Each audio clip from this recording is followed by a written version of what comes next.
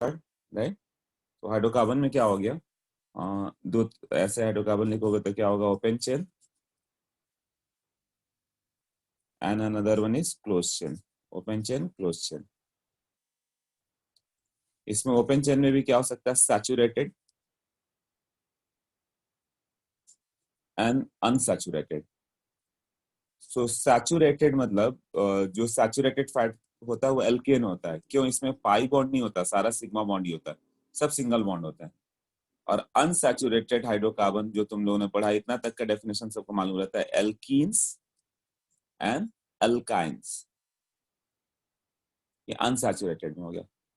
अब close chain में जाओ तो इसका यूज तो ज्यादा नहीं पड़ेगा, बस जानने के लिए, one is alicyclic, another one is aromatic. And alicyclic it is of two type, one is homocyclic, another one is heterocyclic। Homocyclic मतलब जैसे साइक्लोप्रोपेन, साइक्लोब्यूटेन, 4 कार्बन है ना। और हेट्रोसाइक्लिक मतलब साइक्लिक है बट बीच में ऑक्सीजन नाइट्रोजन वगैरह ऐसे रहेंगे, ये हो गया टेट्रा हाइड्रोफ्यूरॉन, THF। एरोमेटिक में भी, एरोमेटिक में क्या होगा, एक हो गया homocyclic, another one is heterocyclic. Homocyclic में क्या हो गया, एक तो हो गया benzene, another one is like this, nitrogen यहाँ पर है। सो इसमें भी होमोसाइक्लिक मतलब सारा सेम कार्बन, होमो मतलब सेम। हाँ, और ये पायरिडीन, पायरोल, हाँ इस तरह से बहुत सारे आ जाएंगे, ये पायरिडीन है। उसी तरह पायरोल लोगे तो यहाँ पे ऑक्सीजन आ जाएगा। तो ये सब एरोमेटिक है, 6 इलेक्ट्रॉन का क्लाउड एरोमेटिक हो गया, है ना। और ये 6 इलेक्ट्रॉन का क्लाउड बस सारे कार्बन ही है, तो ये होमोसाइक्लिक हो गया। जैसे होमोसाइक्लिक में ये भी आ जाएगा NH2, साइकिल के अंदर तो 6 कार्बन ही है ना, तो ये सब होमोसाइक्लिक के एग्जाम्पल है। बाहर नाइट्रोजन हो गया, उससे मतलब नहीं रहेगा, होमोसाइक्लिक ही ना। और हेट्रोसाइक्लिक मतलब साइकिल में बीच में कोई और आ गया, रिंग के बीच में नाइट्रोजन ऑक्सीजन फ्लोरीन, फ्लोरीन नहीं आ सकता, नाइट्रोजन ऑक्सीजन सल्फर वगैरह, बाईवैलेंट जो भी है। और कैंसर। देख लो, इज इट क्लियर। ये केवल डेफिनेशन है, इससे कुछ भी ऐसे आ सकता है, जैसे ये एनिलीन है ना, तो ये होमोसाइक्लिक है कि हेक्सोसाइक्लिक है।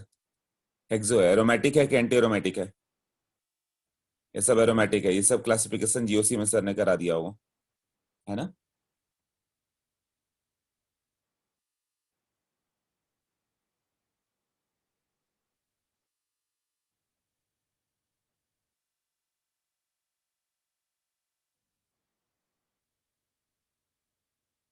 GOC में अच्छा, कुछ चीजें देखो, एक चीज रहेगी कि तुम्हें खुद से करनी होगी।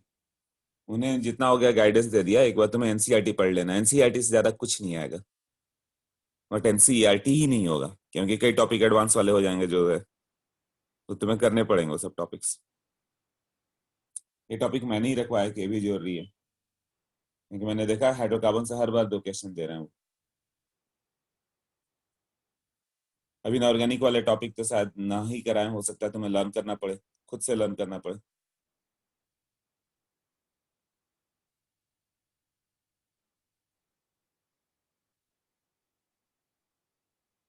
क्योंकि जो बच्चे KVPI कंप्लीट करते हैं वो खुद से पढ़ने का ये रखते हैं, वो पहले से पहले खुद से पढ़ जाते हैं, वो टीचर डिपेंडेंट नहीं होते, वो पढ़ेंगे उन्हें समझ में भी आता है, तो टॉपिक कंप्लीट कर लेते हो, उन्हीं का हो पाएगा। जैसे जो टीचर डिपेंडेंट है कि सर ने हाइड्रोजन नहीं कराया गया यहाँ पे तो नहीं होगा, तो फिर वो KVPI लायक नहीं है, वो IIT के लायक नहीं होता। वो हाइड्रोजन चैप्टर खुद से पढ़ के बच्चा समझ जाएगा, हो जाता है उसका, क्योंकि उसमें टफ नहीं है ना। हाँ, IIT लेवल नहीं सॉल्व होगा उससे, बट ये लेवल तो सॉल्व हो जाना चाहिए, NCERT लेवल। साइक्लोप्रोपेन, साइक्लोब्यूटेन, ये टेट्राहाइड्रोफ्यूरॉन है। जैसे ये फ्यूरॉन है, इसमें 4 हाइड्रोजन ऐड कर दो, इसका नेम हो गया टेट्रा हाइड्रोफ्यूरॉन। तो एक बार खुद से अटेम्प्ट करना, जो भी केवीपीआई के लिए सिलेबस है जल्दी से अपने से कर लेना पूरा, बार बार रिपीट करना है। इसमें भी repetition will be the key. More number of time you repeat, उतना इजी तुम्हें जाके एग्जाम में याद आएगा, अदरवाइज सिली मिस्टेक्स करके आ जाओगे। क्वेश्चन एकदम सिंपल रहेंगे, कुछ भी नहीं। चलो आगे करें। मतलब जो मोल concept, chemical equation, atomic structure, ये तो जो भी क्वेश्चन है तुम कर दोगे, क्योंकि आईआईटी लेवल कर चुके हो, उसका डाउट नहीं है। प्रॉब्लम उसमें होगा जो आगे वाले टॉपिक है, क्योंकि आईआईटी लेवल क्वेश्चन पूछेंगे ही नहीं, जेई मेंस से भी नीचे का लेवल पूछते हैं, तो वैसे ही देखते हैं के साथ हो जाता है। जेई मेंस तो टफ है लेवल उसके सामने। तो जो टॉपिक पढ़ लिया तुमने वो तो कर ही लोगे, जो नहीं पढ़ा ना उस पर स्ट्रेस देना। जैसे मैं ये हाइड्रोकार्बन करा रहा हूँ 4 घंटे में, तो तुम्हारा काम है हाइड्रोकार्बन पूरा ओवर करो। NH2 के नीचे बेंजीन है, एनिलीन, ANILINE, और वो एरोमेटिक होता है।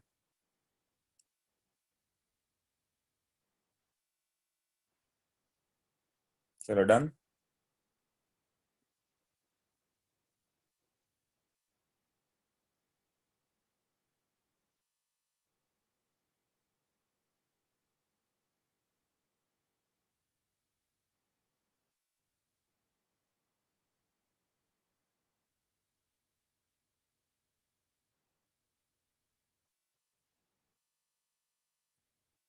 दो हो गया, एलिसाइक्लिक, एरोमेटिक। एरोमेटिक मतलब जिसमें 6 इलेक्ट्रॉन हो रहा हो, जैसे बेंजीन में क्या हो गया, एरोमेटिक क्यों बोलते हैं बेंजीन को? उसमें 6 इलेक्ट्रॉन का क्लाउड है, ऐसा है ना। सर ने जीओसी में बताया होगा कि टोटल इसमें 6 इलेक्ट्रॉन है, थे एरोमेटिक। मतलब एरोमेटिक मतलब क्या होता है, 4n+2। साइकिल के अंदर 4n+2 मतलब 2 इलेक्ट्रॉन, 6 इलेक्ट्रॉन, 10 इलेक्ट्रॉन, ऐसा होता है, एरोमेटिक होता है। और जो नॉन एरोमेटिक में साइक्लिक आ गया, वो एलिसाइक्लिक हो गया। एलिसाइक्लिक या एरोमेटिक, साइक्लिक दो ही होगा, या तो ये क्लाउड होगा 2 इलेक्ट्रॉन, 6 इलेक्ट्रॉन, 10 इलेक्ट्रॉन का, है ना, या क्लाउड नहीं होगा, पाई बॉन्ड ही नहीं है। पाई बॉन्ड है क्या इसमें? नहीं है, तो उसे एलिसाइक्लिक बोलोगे। और उसमें भी दो हो गया, होमोसाइक्लिक, हेट्रोसाइक्लिक। कहीं पाई क्लाउड दिख रहा है? तो जो एरोमेटिक नहीं है वो एलिसाइक्लिक में आ गया। क्लियर ये इतना? ये 70 क्लियर ना, एलिसाइक्लिक मतलब non aromatic cyclic compounds.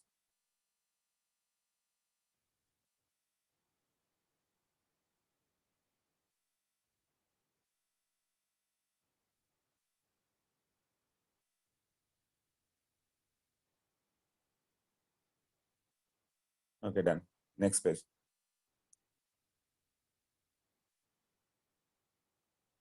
Only 33 of you are there, okay? New pages. हाँ, now we start alkane. Alkane में करें, एल्केन को हम लोग बोलते हैं पैराफिन्स। पैराफिन्स मतलब होता है पैरम, मतलब लिटिल, लैटिन वर्ड है, एंड अफिन्स मतलब रिएक्टिविटी या एफिनिटी। इसका नेम हो गया, ये हो गया लिटिल एफिनिटी, मतलब लेस रिएक्टिव। तो ये क्यों लेस रिएक्टिव होता है? क्योंकि all bonds are sigma bonds.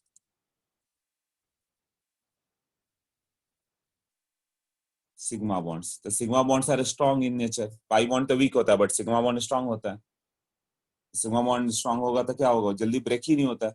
जैसे लोग बोलते हैं घी खा लो, तो घी क्या होता है, सैचुरेटेड फैट है, और वो सारा सिग्मा बॉन्ड है, एल्केन है, वो ब्रेक ही नहीं होगा। खाओ जाकर इसी तरह डिपोजिट हो गया। फिर over the year, after 10 years देखोगे कि पूरा फैट का एक लेयर जमा हुआ तुम्हारे स्टमक पे। बीटेक तक तो सब खूब खाते हो, उसके बाद लो मालूम चल गया वो जमा होता गया। हाँ, यदि तुम खेल रहे हो, कूद रहे हो, कुछ एग्रीकल्चर वर्क है, मतलब हार्ड वर्क है, तब तो फैट तुम्हारा डिजोल्व हो जाएगा, नहीं तो नहीं होता। इवन अनसैचुरेटेड फैट, वो क्या होता है, अल्कीन एंड अल्काइन, मतलब ऑयल्स की बात कर रहे हैं हम लोग। वेजिटेबल्स ऑयल्स जो यूज कर रहे हो सब पाई बॉन्ड है, तो पाई बॉन्ड तो ब्रेक भी हो जाता है। वो भी कई लोग का ब्रेक नहीं होता, अभी जाकर ऑयली जमा हो जाता है, कोलेस्ट्रॉल का प्रॉब्लम आ जाता है ना। जिसका फिजिकल एक्टिविटी नहीं है ना, वो ऑयल डाइजेस्ट कर सकता है, घी तो बिल्कुल चांस ही नहीं है। तो सैचुरेटेड होता है घी, क्या है, सैचुरेटेड फैट है, इसीलिए बोला जाता है कि जल्दी घी मत खाओ जब तक फिजिकल एक्टिविटी ना हो। ये तो इनसाइड क्या करेगा, जाके डिपॉजिट ही होगा, तुम्हारा फैट बनाते रहता है। वो ब्रेक करना मुश्किल है, एज इट इज जमा हो गया, वो बाद में जाकर प्रॉब्लम क्रिएट करता है। हम लोग के गांव में जाओ तो लोग घी पे ही इंपॉर्टेंस देते थे, मैं भी बचपन से घी खा के आया हूं, तो बाद में जब फैट आ गया, एक लेयर बन गया, तब मालूम चला अच्छा ऐसा भी था। ऑल बॉन्ड्स आर, ये क्या होता है, सिग्मा बॉन्ड्स। तो ये जल्दी ब्रेक नहीं होगा, इसलिए इसको क्या बोलते हो, सैचुरेटेड हाइड्रोकार्बन। सैचुरेटेड है, अब इसमें सैचुरेशन है, किसी से रिएक्ट नहीं करेगा। ये क्या हो गया, सैचुरेटेड हाइड्रोकार्बन। और अनसैचुरेटेड क्या हो गया, एल्कीन्स हो गया, वो पाई बॉन्ड वाला, तो ब्रेक हो जाता है। अब जनरल हो गया, जनरल फॉर्मूला इसका क्या होगा, CnH2n+2, ये सबको मालूम होगा, methane, ethane, propane, butane. Clear nomenclature. Then अब बॉन्ड एनर्जी तुम्हें याद करना है, कार्बन कार्बन CH का बॉन्ड एनर्जी किसका ज्यादा होगा, कार्बन कार्बन का कि CH बॉन्ड का।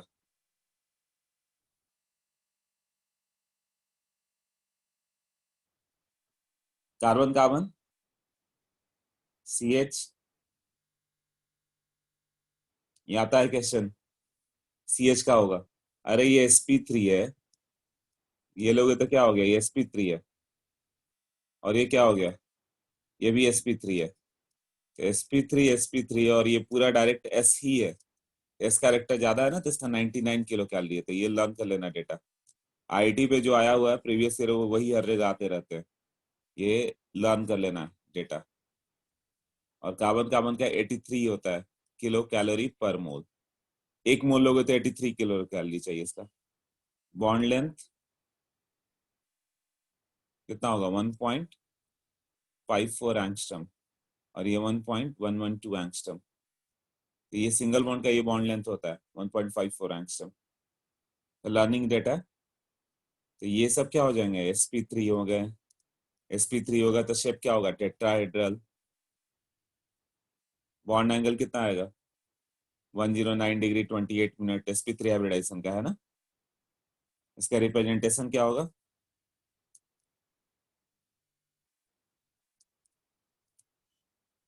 RH और RR, इस तरह से आ गया, exist in zigzag form. Zigzag form क्यों लिखोगे ऐसे, बॉन्ड एंगल तो सोचो 109 डिग्री है, तो इधर 109, फिर अगले में 109, ऐसे आता जाएगा ना, ये 109 डिग्री है, यहाँ भी 109 डिग्री है, तो ऐसे जिगजैग दिखाओगे ना।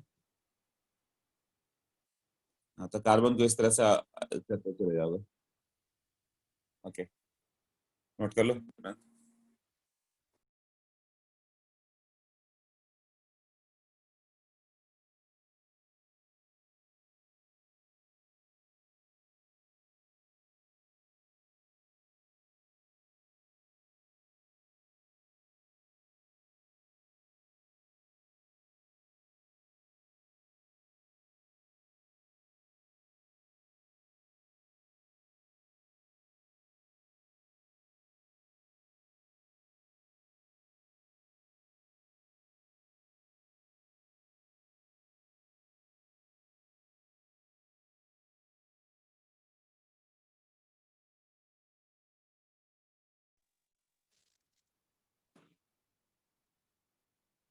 डन। अरे वो क्या होता है ना, जिगजैग क्यों होता है नहीं समझ में, नेक्स्ट पेज पे बताता हूँ। क्या होता है कि मैं इस तरह से दिखाऊं, कार्बन, हाइड्रोजन, हाइड्रोजन, हाइड्रोजन, ये कार्बन इधर गया, हुआ ना।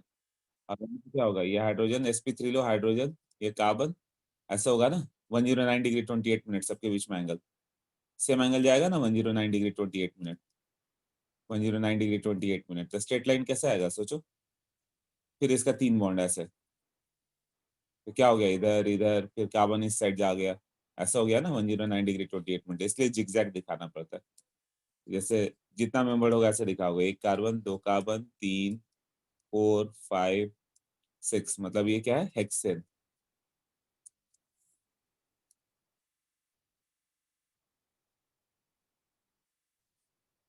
हाइड्रोकार्बन जिसमें sp3 होगा, sp3 का बॉन्ड एंगल इतना होता है। एल्कीन एल्काइन का बाद में देखते हैं। हाँ, sp3 का बॉन्ड एंगल ये था। Okay, clear.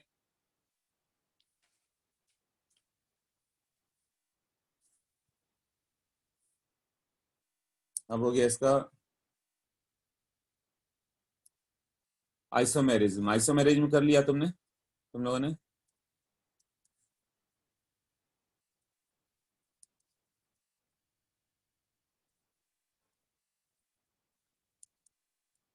Chain, position, functional isomerism sir ने कराया होगा।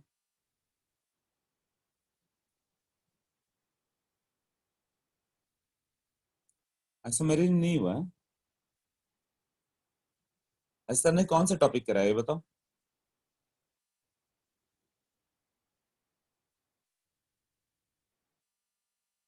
कौन से टॉपिक हुए ऑर्गेनिक में भी?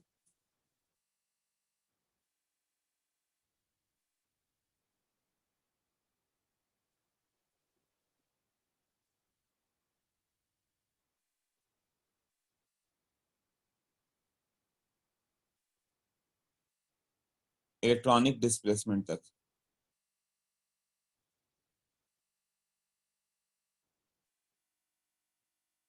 ओके। आइसोमेरिज्म एक सिंपल टॉपिक होगा, एनसीईआरटी से एक बार पढ़ लेना वो, है ना। मैं अपना कोशिश करता हूँ कि पूरा अपना टॉपिक निकाल दूं, एल्केन, एल्कीन, अल्काइन।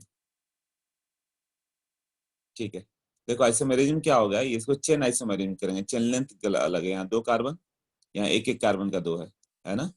ये दोनों चेन आइसोमेरिज्म होगा, चेन लेंथ अलग अलग है, चेन आइसोमेरिज्म।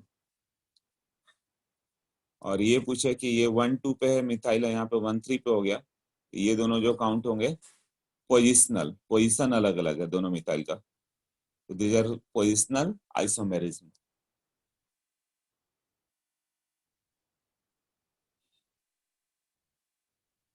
क्यों, इसमें दोनों मिथाइल 1 2 पे था, यहाँ 1 3 पे है। और यहाँ पे क्या होगा, चेन लेंथ ही अलग हो गया, यहाँ इथाइल है यहाँ मिथाइल है। चेन आइसोमेरिज्म मतलब चेन लेंथ अलग अलग हो गया, जैसे कि 1 2 3 4 5, ये 5 का चेन है। अब तुमने यहाँ पे चेन लेंथ 4 का करके ये कर दिया, तो ये दोनों कहलाएंगे चेन आइसोमर्स। चेन लेंथ अलग हो गया, 1 2 3 4 5 का चेन है मेन चेन, यहाँ पे 4 का चेन, इधर से काउंट करोगे नोमेनक्लेचर के लिए 1 2 3 4। पोजिशनल क्या हो गया, इसका पोजिशन अलग अलग हो, जैसे कि 1 2 3 4 5 यहाँ पे है, जो चेन ना हो, जैसे ये तो चेन नहीं है, 4 5 का चेन है, उसमें दूसरे पोजीशन पे मिथाइल है, इसमें तीसरे पोजीशन पे मिथाइल है, तो ये दोनों क्या होंगे, पोजिशनल। क्लियर हुआ चेन क्या है, पोजीशन क्या है? बहुत सिंपल चीज है, इसको एनसीईआरटी से भी पढ़ के देख सकते हो। मिडल में ऑक्सीजन, ऑक्सीजन नहीं लिखा है कहीं पे, सर्कल किया हुआ है सब, ऑक्सीजन कोई भी नहीं है इसमें।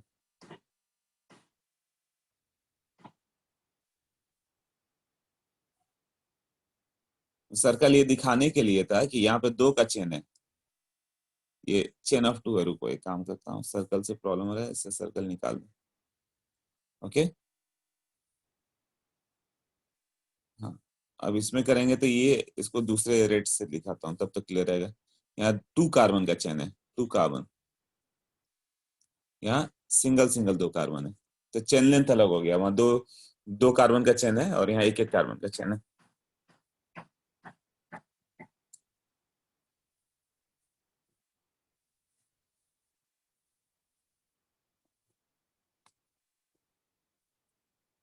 और ये जो सर्कल किया है ये इसके लिए हो गया, अ, इधर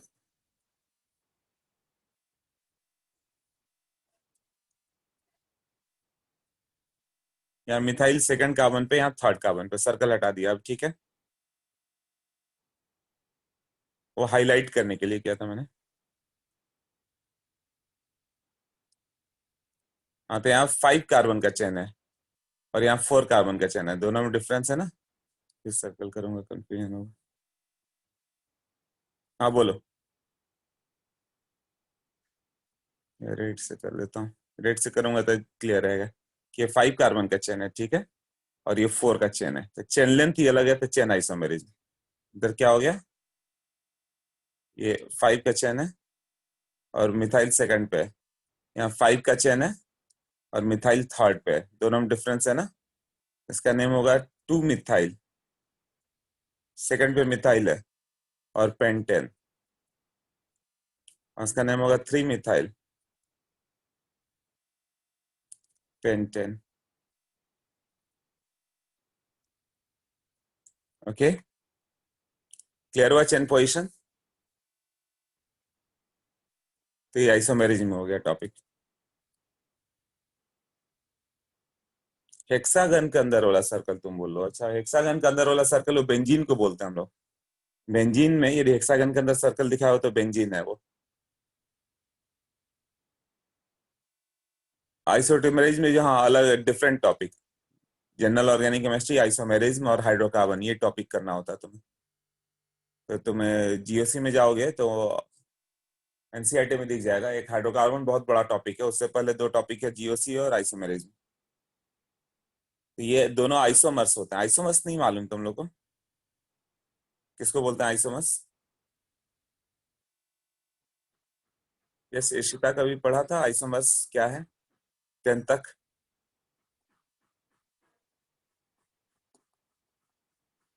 हाँ, सेम फार्मूला डिफरेंट स्ट्रक्चर, तो वही है ना, फार्मूला डिफरेंट सेम है बट स्ट्रक्चर अलग हो गया। एक में सेकंड कार्बन पे मिथाइल है और एक में थर्ड कार्बन पे मिथाइल। ये सब डेफिनेशन हो गया। मेन स्टार्ट करते हैं हाइड्रोकार्बन यहाँ से। ओके,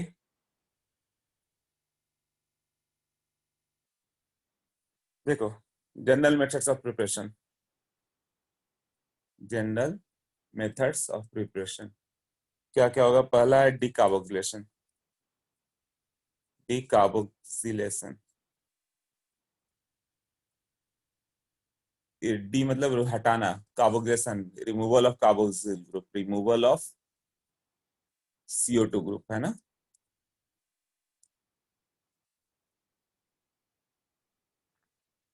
ये क्या होगा? स्टेप डाउन रिएक्शन होगा। Number of carbon will decrease ना। हाँ, the alkene form contains 1 carbon less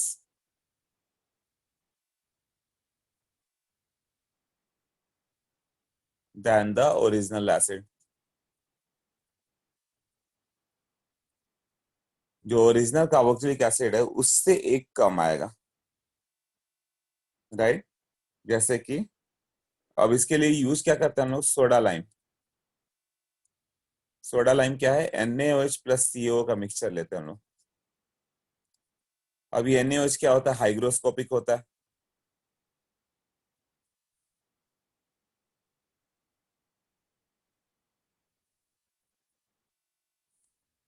NaOH is hygroscopic. Hygroscopic मतलब एब्जॉर्ब्स मॉइस्चर, यही है ना, एब्जॉर्ब्स मॉइस्चर। तो मॉइस्चर को एब्जॉर्ब कर लेगा तो रिएक्ट कैसे करेगा? तो NaOH क्या करता है? एक डिहाइड्रेटिंग एजेंट है, तो वो NaOH को, डिहाइड्रेटिंग एजेंट, वो मॉइस्चर को एब्जॉर्ब कर लेगा। तो keeps NaOH dry, keeps NaOH dry. बस NaOH को ड्राई रहे इसके लिए रखता है। अब NaOH लेके आओगे तो मॉइस्चर को एब्जॉर्ब कर लेगा वो, तो वो रिएक्ट ही नहीं कर पाएगा। तो हम लोग चाहते हैं उसको वाटर ना मिले, तो CO रखो, वो सारा वाटर जो आएगा एब्जॉर्ब करते जाएगा, तो NaOH ड्राई रहेगा। इसका नेम है सोडा फॉर सोडियम, और ये लाइम CO से है, सोडा लाइम।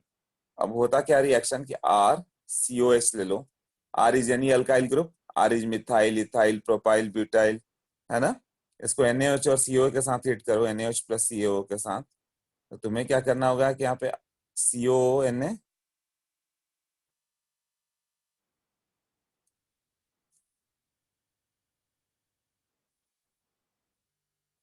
उसका सॉल्ट ले लो या एसिड ले लो। हाँ, तो यहाँ पे जो बनता है प्रोडक्ट RH बन जाएगा। देखो, एक कार्बन कम हो गया और Na2CO3 हो गया। तो पहले स्टेप में क्या हो जाता है? वो RCONA बनता है और वो NaOH प्लस CO से रिएक्ट करके Na2CO3 बाहर हो जाता है, तो RH आ जाता है। एक कार्बन कम हो गया ना, इसीलिए स्टेप डाउन रिएक्शन करते हैं। मतलब CH3 CONA ले लो तो दो कार्बन है, इसको सोडा लाइम के साथ हिट कर दो तो एक कार्बन चला गया, CO2 बच जाएगा CH4।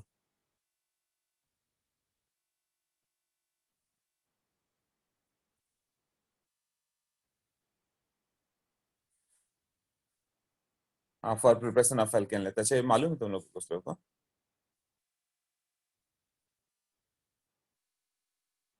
हाँ, बस एक एक CO2 निकालते जाओ और कुछ नहीं करना है। कभी भी एग्जाम में आ जाए ना तो समझ लेना कि एक CO2 निकाल दो, एल्केन बन गया, जो वही होगा। तो स्टेप डाउन हो गया, जैसे 6 कार्बन का एल्केन है तो एक CO2 निकालो तो 5 का बन जाएगा। बस इतना ही करना और कुछ नहीं करना। तो क्वेश्चन देगा एसिटिक एसिड को NaOH डाला तो क्या बनेगा, हीट किया सोडा लाइम के साथ, तो तुम्हें बताना होगा एक कार्बन कम करके CH4। बस इतना ही सिंपल आएगा और कुछ नहीं। क्लियर हो गया सबको?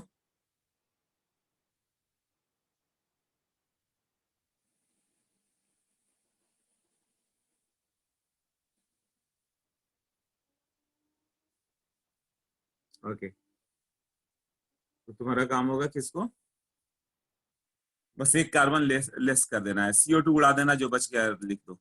इसका क्या प्रोडक्ट होगा ऐसे देगा तो तुम्हारा काम होगा CO2 को हटा देना, है ना, और उसको लिख दो, तो क्या हो जाएगा।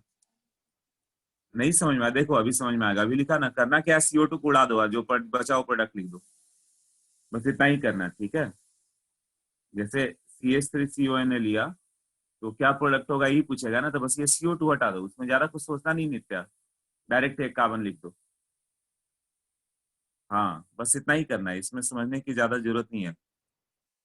बस याद रखो कि अच्छा सोडा लाइम के साथ हीट किया तो डी कार्बोक्सिलेशन है, बस हो गया प्रोडक्ट, और कुछ नहीं करना है। Clear?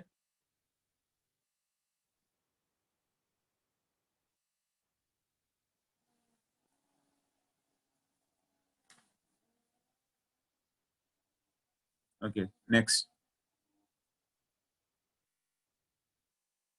How H4 is in the product size, CH4 ना, वो एक CO2 हटाओ, देखो कितना कार्बन बच गया नित्या। CO2 में देखो टोटल इतना कितना था लेफ्ट साइड में, ये नहीं समझ में आ रहा ना तुम्हें, देखो 2 कार्बन है, सोचो 2 कार्बन है, और एक CO2 उड़ जाएगा तो बचेगा क्या, एक कार्बन, एक कार्बन क्या क्या बनेगा, मीथेन। ऐसे ही सोचो कि टोटल कितना हो गया, 2 + 1 3 हो गया, और एक को हटाना है तो जो बच जाएगा वो प्रोडक्ट लिख दो। बस CO2 उड़ा दो, यहाँ पे H डाल दो, मतलब कि RCON है ना, सोडा लाइम के साथ हिट किया तो तुम्हें सिर्फ इतना करना, CO2 हटाओ और इसको H डाल कर रख दो तो RH लिख दो। हाँ नित्या, क्लियर हुआ अभी क्या कैसे बनाना प्रोडक्ट? चलो क्लियर हो गया। हाँ 3H ही है ना, 3H मतलब क्या हो गया, हाँ एक H अलग से डालो, बाहर से मिल जाएगा उसे H, इसका मैकेनिज्म भी आएगा, बट अब ये ऑर्गेनिक जब पढ़ेंगे तब डिटेल में। तो तुम्हें क्या करना है कि इसको हटाना है, -CONA को, ऐसे याद रखो R, और एक H को ऐड कर देना है, NaOH + CO है ना, इसको हटा दो, Na2CO3 को, और ये R और H को ऐड कर दो आपस में। हाँ, if soda lime, soda lime के साथ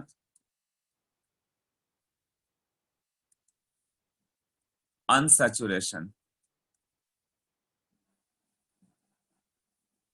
eight beta carbon, then soda lime is not needed. मतलब ये बीटा कार्बन पे अनसैचुरेशन है, डबल बॉन्ड है, तो सोडा लाइम भी नहीं चाहिए।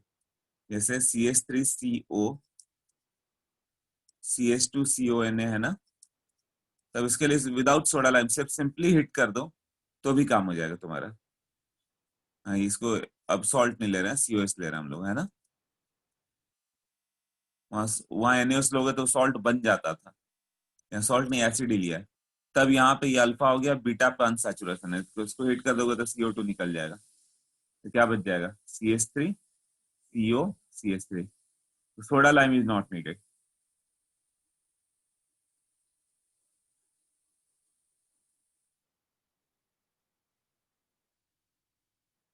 हाँ, तब इसको ऐसे दे देगा, प्रोडक्ट पूछता है कि डबल बॉन्ड हो और यहाँ COH हिट करोगे तो क्या बनेगा, तो क्या होगा ना, हिट करोगे तो यहाँ से CO2 उड़ जाएगा और यहाँ से भी चला जाएगा, तो बचेगा क्या,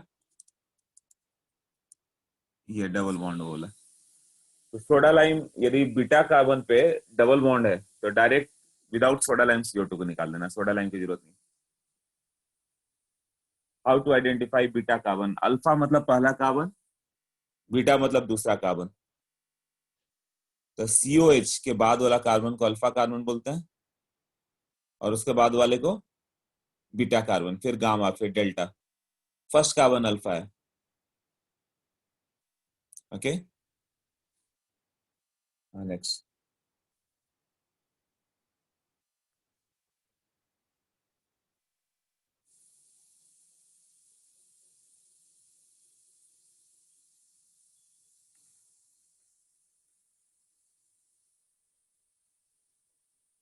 हाँ, फर्स्ट वाला फंक्शनल ग्रुप, उसके बाद वाले को अल्फा बीटा लिखा, देखो दिखाया तो है।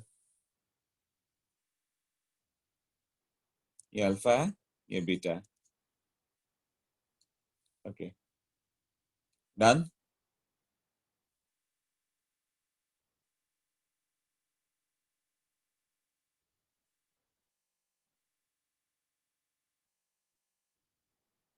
ओके, हाँ, इसमें क्या हो गया?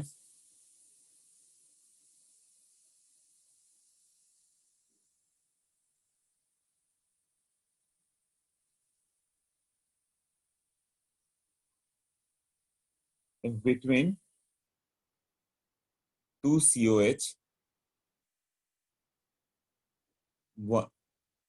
0 या 1 carbon, then CO2 is lost.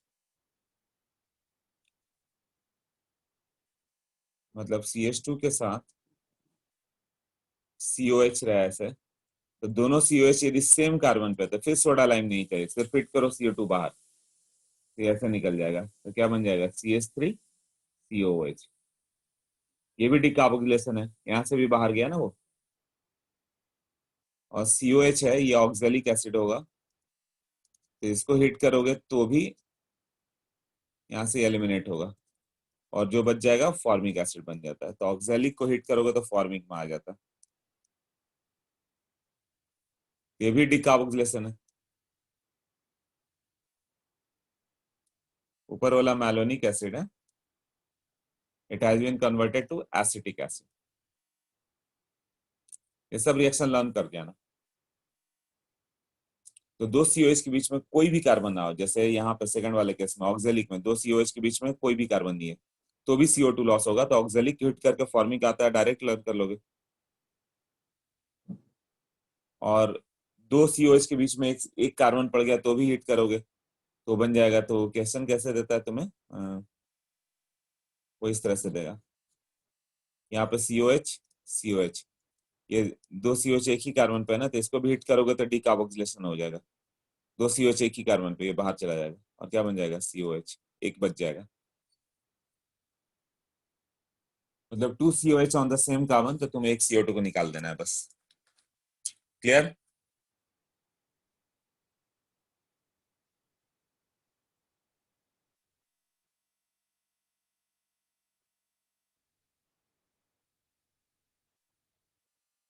Now रे,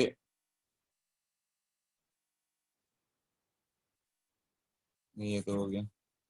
एक मेथड तो किया, अभी बहुत सारे मेथड्स हैं।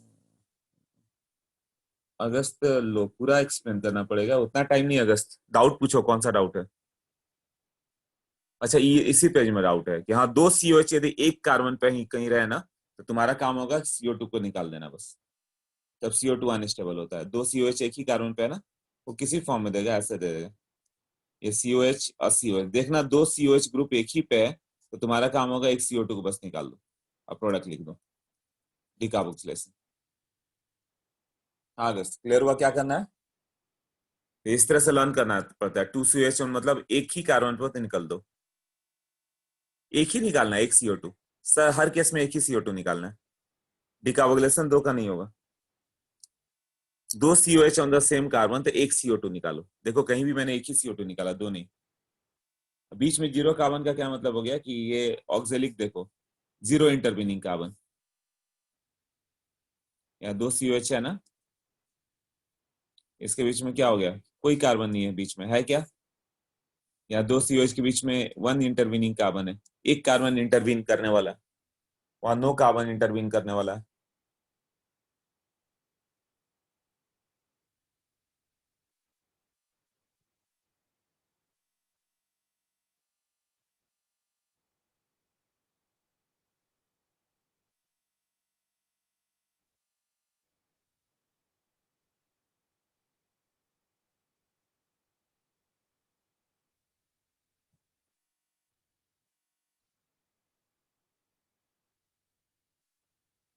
हाँ, ये सब विदाउट सोडा लाइम है।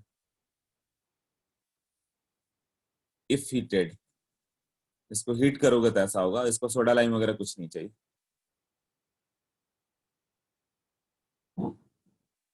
Okay done. ये सब कंडीशन है, डायरेक्ट क्वेश्चन तुम सोच रहे हो क्या होगा था, जैसे ये केवीपीआई का क्वेश्चन है, तो तुम्हें ये डायरेक्ट याद रखना होगा, ये पूछेगा कि इसको हीट करके क्या प्रोडक्ट बनाएंगे, तो तुम्हें नोट्स में याद करना होगा कि हाँ, दो सीओएच एक कार्बन पे हीट करने पर CO2 निकलता है, तो ऑर्गेनिक ऐसे ही चलता है, ये रिएक्शन याद होना चाहिए।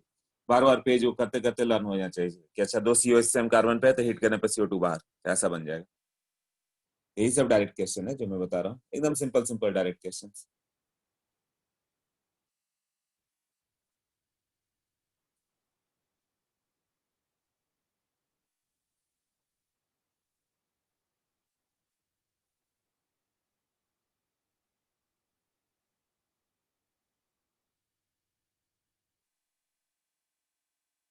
Okay next.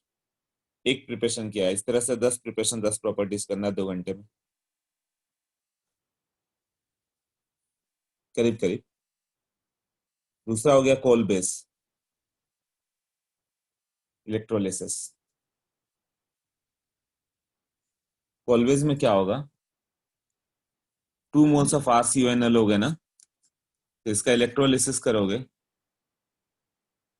तो क्या होगा कि RR+2CO2, ये एनोड पे आएगा। लर्न कर लेना, एनोड पे RR जाता है ना, एल्केन बन जाएगा, और कैथोड पे NaOH+H2 आ जाता है, 2Na+H2 एट कैथोड। तो पूछते हैं हाइड्रोजन गैस कहाँ पे बाहर आता है, एनोड के कैथोड। तो कैथोड पे हाइड्रोजन बाहर आता है, एनोड पे CO2 बाहर आता है। क्यों, इसका मैकेनिज्म मैं बता देता हूँ।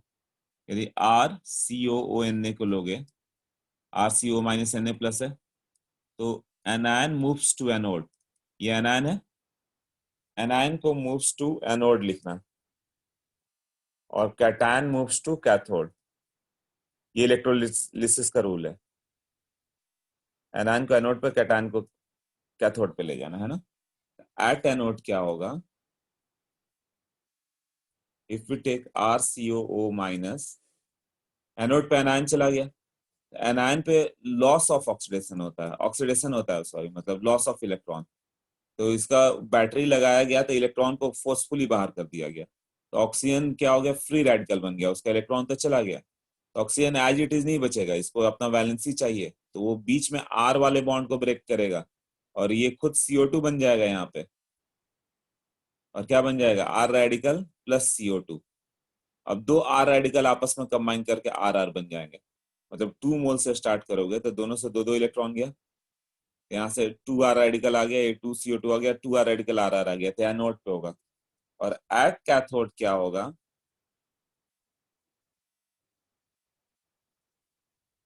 कैटायन मूव्स, कैटायन मतलब क्या हो गया, Na+, और कैथोड पे रिडक्शन होता है, रिडक्शन मतलब gain of electron.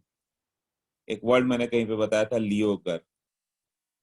Loss of electron is called oxidation, gain of electron is called reduction.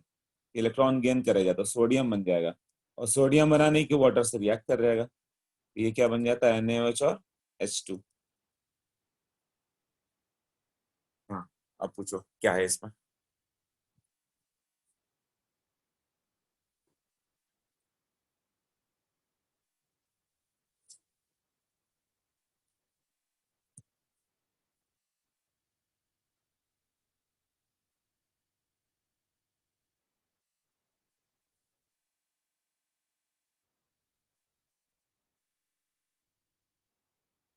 Noted.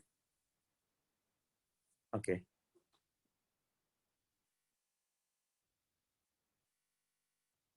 Okay note करो।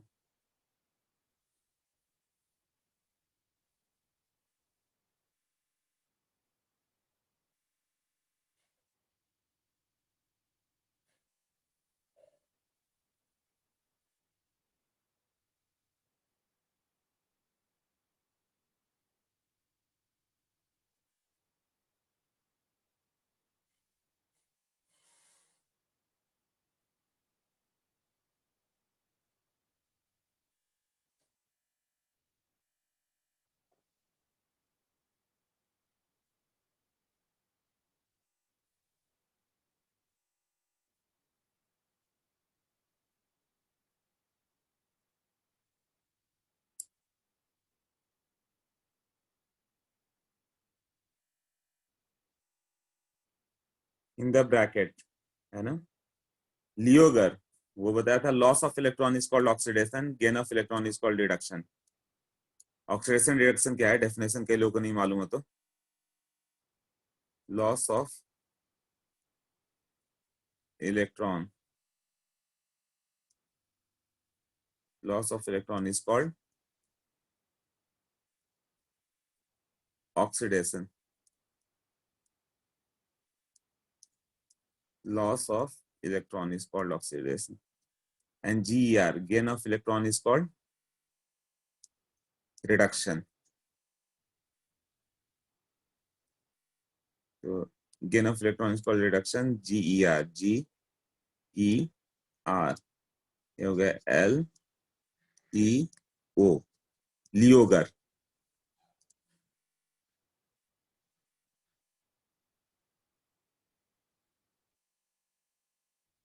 Example of Kolbe's reaction. हाँ, अब R के जगह CH3 रख दो, क्या प्रोडक्ट बनेगा, सबने नोट कर लिया ना। अब वो क्वेश्चन देगा तुम्हें ये कि CH3CONO के इलेक्ट्रोलिसिस किया क्या प्रोडक्ट बनेगा। RR मतलब CH3CH3, इथेन बनेगा ना। तो स्टेप अप रिएक्शन है, मतलब डाइमर बनेगा इसका। यहाँ पे C2H5 दे देगा और प्रोडक्ट पूछेगा, तो ये क्या होगा, C2H5 C2H5 मतलब C4H10 ना। RR बनाना है, जो R होगा उसका डाइमर बना दो, वो और उसका मिरर इमेज आमने सामने लिखो। तो नेक्स्ट पेज पे करता हूँ ये, मतलब CH3CONA ले लिया जाए तो इसके इलेक्ट्रोलिसिस से क्या होगा, RR, ये R है ना, RCONA। RR मतलब क्या होगा, CH3CH3, ये इथेन बनाना है ना।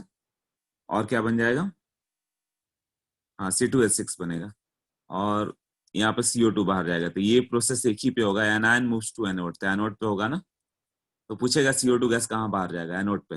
और मेन प्रोडक्ट क्या है, मेन तो ऑर्गेनिक प्रोडक्ट है, बाकी सब याद रहे चाह ना रहे, इथेन है। कैथोड पे क्या हो गया, NaOH+H2, हाइड्रोजन गैस कैथोड पे बाहर आ गया। तो सिंपली बस RR करो और कुछ नहीं करना, जो रहेगा उसका डाइमर बना देना।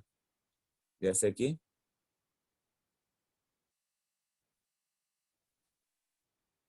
C2H5CON है ना, इससे क्या बनेगा, C2H5 रेडिकल बन जाएगा, और दो रेडिकल आपस में कंबाइन करके C4H10, यही होगा ना रेडिकल बनने वाला।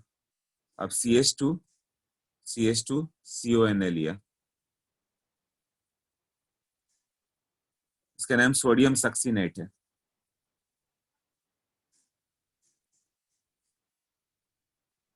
इसमें क्या बनाना है, CH2CO- था पहले, CH2CO- था, इलेक्ट्रॉन तो लेके गया, इलेक्ट्रॉन गोज आउट, तो वो क्या बन जाएगा, free radical, CH2 CO radical, CO radical, यही होगा ना। अब ये जो CO2 रेडिकल होगा तो क्या हो जाएगा, अब एक मिनट CO2 रेडिकल हो जाएगा,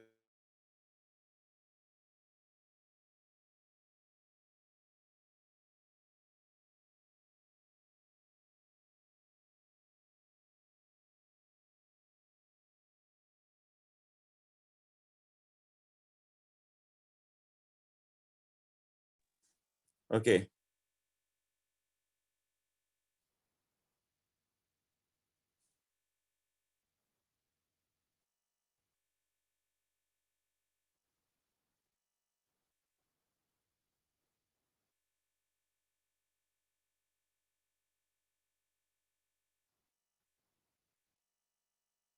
हाँ, तो इसमें क्या बन जाएगा, ये तो मालूम है कि CO2 निकलेगा ही, तो इसका इलेक्ट्रॉन तो ले गया वो, यहाँ से भी CO2 इधर एलिमिनेट हो गया, इलेक्ट्रॉन इधर आ गए, ये फ्री रेडिकल बच गया ना, एक एक इलेक्ट्रॉन, ये दोनों आपस में बॉन्ड बना लेंगे, तो ऐसा चला जाएगा। तो क्या बन जाएगा, CH2 डबल बॉन्ड CH2, तो सिंगल बॉन्ड था तो बीच में एक डबल बॉन्ड आ गया।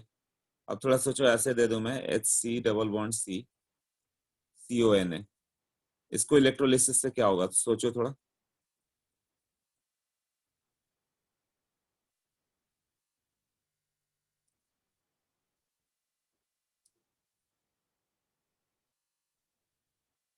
हाँ, सो हम गुड।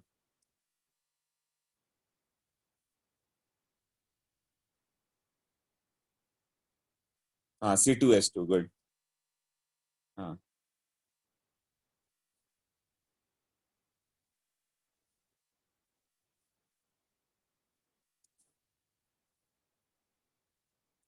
ये CO रेडिकल होगा, तो CO2 तो बाहर जाना ही है, वो इधर आएगा शिफ्ट करेगा, इसका इलेक्ट्रॉन इधर आ गया, CO2 बन गया, एक फ्री रेडिकल बन गया यहाँ पे। यहाँ भी फ्री रेडिकल बन गया क्योंकि इलेक्ट्रॉन तो ये ले गया CO2, फिर ये आपस में कंबाइन करके C2H2। तो तुम इसके प्रिपरेशन से एल्केन एल्कीन एल्काइन तीनों बनाओगे, तो कोल्बेज इलेक्ट्रोलिसिस देखना तीनों में दिया रहेगा, एल्केन में भी, एल्कीन में भी, एल्काइन में भी। ओके।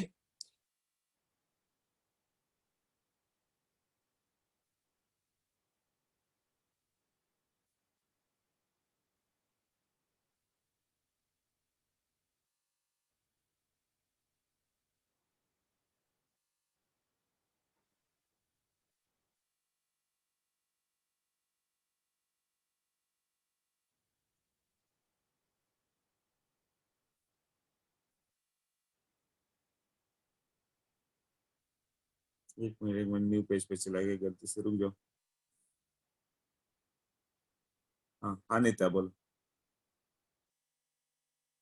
हाँ बोलो। गुड मॉर्निंग सर, सुनाई दे रहा है? हाँ सुनाई दे रहा है, बताओ। सर उधर जो सोडियम सक्सीनेट में जो आपने उधर फ्री रेडिकल का बात बताया, एक बार वो समझा सकते हो? CO2 बाहर चला जाता है कार्बन पास इलेक्ट्रॉन छोड़ के, तो बस वो दोनों हाँ इलेक्ट्रॉन आपस में अटैक कर देना है, हाँ आपस में बॉन्ड बना देना है दोनों इलेक्ट्रॉन का, तो वो दोनों आपस में बॉन्ड बनाएंगे तो पाई बॉन्ड बन जाएगा, सिग्मा बॉन्ड तो पहले ही से। हाँ मैकेनिज्म वही है कि CO2 निकला तो एक इलेक्ट्रॉन छोड़ के चला गया वो, तो हाँ। दोनों इलेक्ट्रॉन आपस में कंबाइन करके पाई बॉन्ड बन गए। हम्म। क्लियर। Okay okay. तो उधर हम लोग के पास जो एक फ्री इलेक्ट्रॉन है, वो दोनों आपस में बॉन्ड बना दिए उधर। हाँ राइट, वो CO2 जब जाएगा ना तो एक एक इलेक्ट्रॉन छोड़ के चला जा रहा है वो, तो दो ओके। फ्री इलेक्ट्रॉन आपस में कंबाइन करके बॉन्ड बनाएंगे। हाँ। हाँ। Okay, thank you sir. ये सब NCERT ही आएगा, पूरा NCERT सही से पढ़ लेना है, बस मैं गाइडेंस दे रहा हूँ कि ऐसा ऐसा समझ में आना चाहिए, तुम्हें पूरा NCERT पढ़ना है सही से, वही तुम्हारे नोट्स होंगे। ये सिर्फ समझने पे ध्यान दो ज्यादा से ज्यादा, NCERT का एक एक लाइन है इंपॉर्टेंट होता है, वही आता। हाँ बट नोट भी करते जाओ, क्या होता है ना कई बार चेक हो जाता है तो जो भी सेव हो रहा है वो गायब हो जाता है नोट्स। और थोड़ा लैपटॉप पे अभी तक मेरा कंफर्ट लेवल आया नहीं है, होता क्या है कि वो थोड़े चौड़े में आ जाता है, उसका नोट्स भी अच्छा नहीं बनता। अब मैंने समझाऊं कि वो लैपटॉप से ले सकते हैं, वन नोट करके है उसमें करके, तो अभी उसका प्रैक्टिस करूंगा, तो अगले वीक से शायद लैपटॉप पे ले पाऊँ, तो अपने आप ऑटोमेटिक सेव हो जाएगा नोट्स जो भी लिख रहा हूँ मैं, वो कमाल की चीज है। चलो ये हुआ अभी।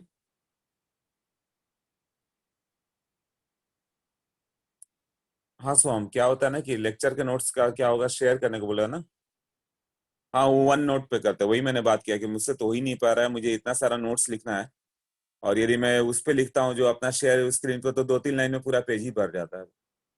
अजीब सा होता है, यहाँ नोट्स ही लिखना है, तब तो लैपटॉप पे लिख ले ही नहीं सकता मैं लेक्चर, केमिस्ट्री पूरा नोट्स वाला है। तो उन्होंने बोला कि वन नोट ट्राई करो, उसमें हो जाएगा, तो वन नोट पे ट्राई करूंगा मैं।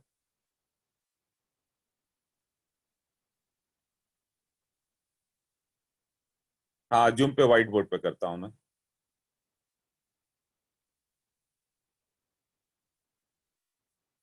हाँ तब वहां पे कर पाऊंगा, लैपटॉप रहा तब तो सब हो जाएगा, यदि उसको समझ पाया मैं तो। अभी व्हाइट बोर्ड पे लिखता हूँ आंसर। हाँ, इसमें सेव नहीं होता, इसमें थोड़ा भी शेक हुआ ना मोबाइल, तो सारा नोट्स ही गैप हो जाता है।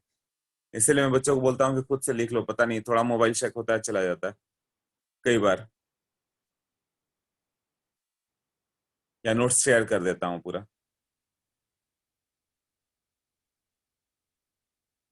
जूम के व्हाइट बोर्ड पे मोबाइल में ही प्रॉब्लम है, लैपटॉप में शायद ये सब नहीं है, तो लैपटॉप पे फिर से भी ट्राई करना है मुझे वन नोट करके। पिछले बार ट्राई किया तो बहुत सारे प्रॉब्लम आया, केमिस्ट्री के लिए सुटेबल नहीं लगा मुझे, फिर ट्राई करूंगा। केमिस्ट्री में इतने सारे एग्जाम्पल देने पड़ते हैं, इतना सारा नोट्स लिखना पड़ता है कि जो छोटे लिख पाए वही सही है। तो शायद वन नोट में होगा, नेक्स्ट टाइम देखते हैं। चलो डन ही है। कौन सा बोल रहे हो हम, ट्राई टू ड्रा बोर्ड, रुको कोई और सॉफ्टवेयर बता रहे हो क्या? Try draw board PDF. ये कोई सॉफ्टवेयर है, बोर्ड पीडीएफ बोल लो। सोहम।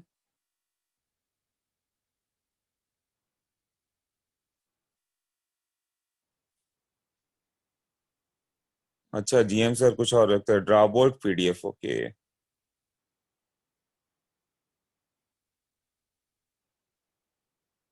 हाँ तो वो हो जाएगा तो मेरा काम भी इजी हो जाएगा। मोबाइल तो हाथ में लेकर पढ़ाना पड़ता है, यदि लैपटॉप, असल में लैपटॉप से मैं बहुत पहले से दूर हो गया, 2004 में पास आउट हुआ ना, तो उसके बाद से फिर यूज ही नहीं हुआ कभी।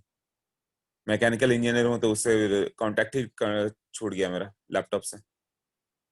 उसके बाद इधर भी आया तो जरूरत नहीं था, व्हाइट बोर्ड चलता था, तो 15-16 साल से लैपटॉप दूर रहता है, एक एलर्जिक टाइप का है उससे मुझे। मतलब समझ रहे हो, कोई चीज यूज ना करो तो लगता है अरे क्या कैसे यूज करो, तो याद भी नहीं है।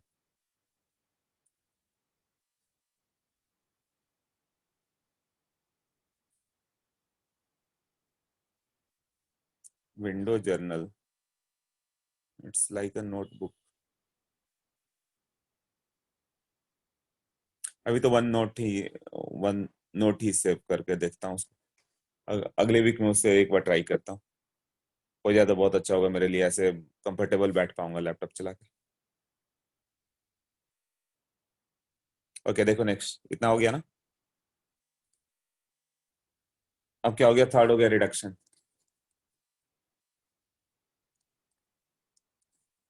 रिडक्शन में होता है एक मैजिक रिएजेंट, इसको जिसमें डाल दो उसको एल्केन बना देता है। मतलब रेड फॉस्फोरस और H I, red phosphorus H I magic reagent है, सबको एल्केन बना देगा। तो आर एक्स हो गया, या आर ओ एच हो गया, या आर सी एच ओ हो गया, या आर सी ओ आर हो गया, कीटोन हो गया ये, या एसिड एसिड डेरिवेटिव हो जाए, ये सबको red phosphorus and H I दोगे तो सबके सब आर एच में चले जाएंगे, एल्केन में। मतलब if you give C2H5 H I और एच आई, तो क्या होगा, C2H6 बन जाएगा और I2 बाहर आ जाएगा। तो एल्केन का प्रिपरेशन हो गया। टेम्परेचर 150 डिग्री दे दो, रेड फॉस्फोरस भी देते हैं और एच आई, C2H5OH दे दो, तो यहाँ पे C2H5OH है, तो तुम्हें 2HI देना पड़ेगा, red phosphorus at temperature 150 degree centigrade. हो जाएगा C2H6 plus H2O plus I2। तो यहाँ पे क्या हो रहा है कि ये जो C2H5 है, इसको बस एक H दे दो, C2H6 बन जाएगा। तो जितना कार्बन है उतना कार्बन का एल्केन बना देता है, बाकी अपना ये I2 बन जाएगा और H2O बन जाएगा। तो ये नहीं याद चलेगा, एल्केन याद रहना चाहिए, सबका ऑर्गेनिक प्रोडक्ट ही तुम्हें याद होना चाहिए कि क्या होगा। मतलब उसमें होता क्या है कि बहुत सारे हाइड्रोजन आएंगे, हाइड्रोजन आके लेके जाएंगे बीच के। तो यहाँ पे क्या होगा कि ये जब दोगे तो यहाँ पे दो हाइड्रोजन आके H2O को लेके चले गए, और दो हाइड्रोजन आके यहाँ कंबाइन कर गए, तो क्या बन जाएगा, CH3 CH2 CH3। मतलब नेसेंट हाइड्रोजन बहुत सारे हैं, तो CH3 COH लोगे, इसमें कितना HI की जरूरत पड़ेगा, इसमें 4 हाइड्रोजन की जरूरत है, तो 4HI से रिएक्ट किया, यही हुआ ना। इसमें कितने मोल HI की जरूरत होगी, एंड प्रोडक्ट क्या होगा, इसके लिए क्या करना होगा, हाँ, जितना ऑक्सीजन है सबको हाइड्रोजन दे दो। अब बाद में एल्केन बनाने के लिए कितना, जितना चाहिए उतना हाइड्रोजन दे दो। अब बताओ।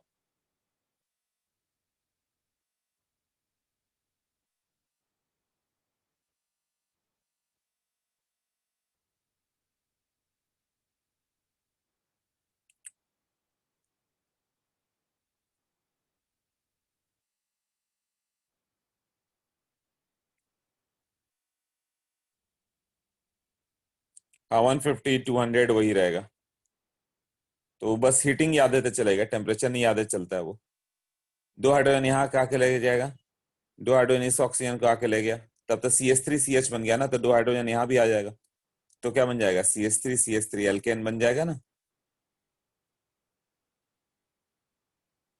एक्स कितना हो गया, 6HI ना, 6 हाइड्रोजन की जरूरत पड़ेगी। यहाँ 3I2 आएगा, बाकी H2O बन गया, H2O कितना बन गया, 2 मोल से H2O, दो ऑक्सीजन था। ये बैलेंस इक्वेशन है, तो या तो ये पूछ सकता है कितना मोल एच आई चाहिए, या प्रोडक्ट पूछता है। नोट कर लो।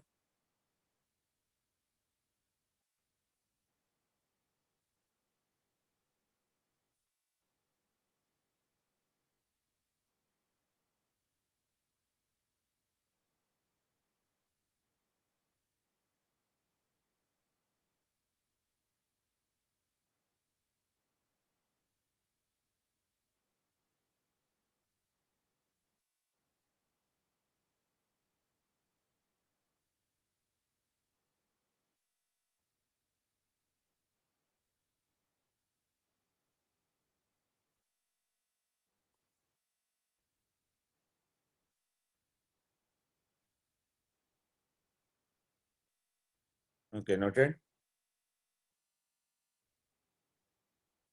एक और एग्जांपल बता दो। CH3 COO CH3 रहे, तो क्या प्रोडक्ट बनाओगे, कितना मोल एच आई चाहिए। नेसेंट हाइड्रोजन बहुत सारे हैं, सबको नेसेंट हाइड्रोजन देते जाओ।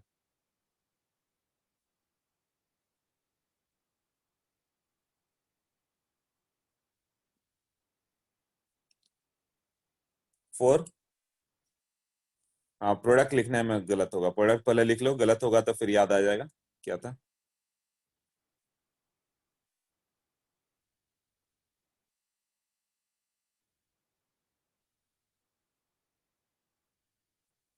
एट।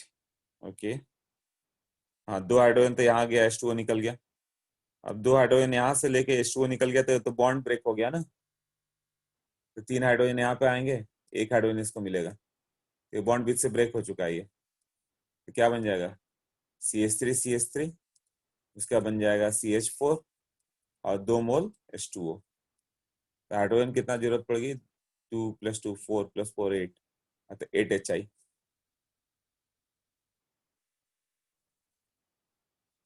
एनहाइड्राइड, इसमें कितना मोल HI चाहिए, एंड क्या प्रोडक्ट होगा।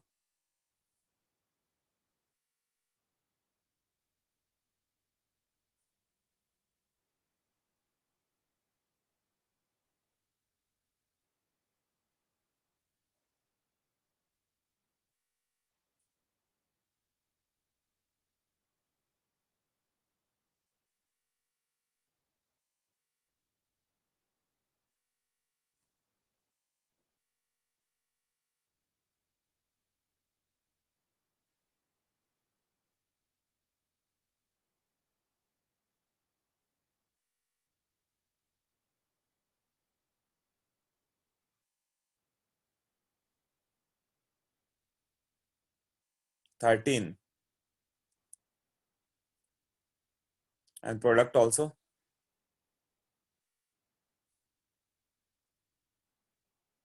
C2H6 बनाओ भार्गव, उसे एल्केन बनाओ पूरा पूरा। हाँ, तो कितना हाइड्रोजन चाहिए, तब 14 बोल रहे हो तुम, है ना।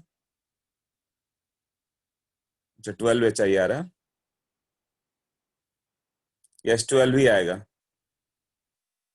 12 आ रहा है। यहाँ दो हाइड्रोजन आके H2O बना गया, यहाँ हाइड्रोजन हाइड्रोजन आके H2O बन के बाहर। ये CH3 तीन हाइड्रोजन ये लेगा, और ये भी तीन हाइड्रोजन चाहिए, तब तो CH3 ना, और इसको दो हाइड्रोजन चाहिए।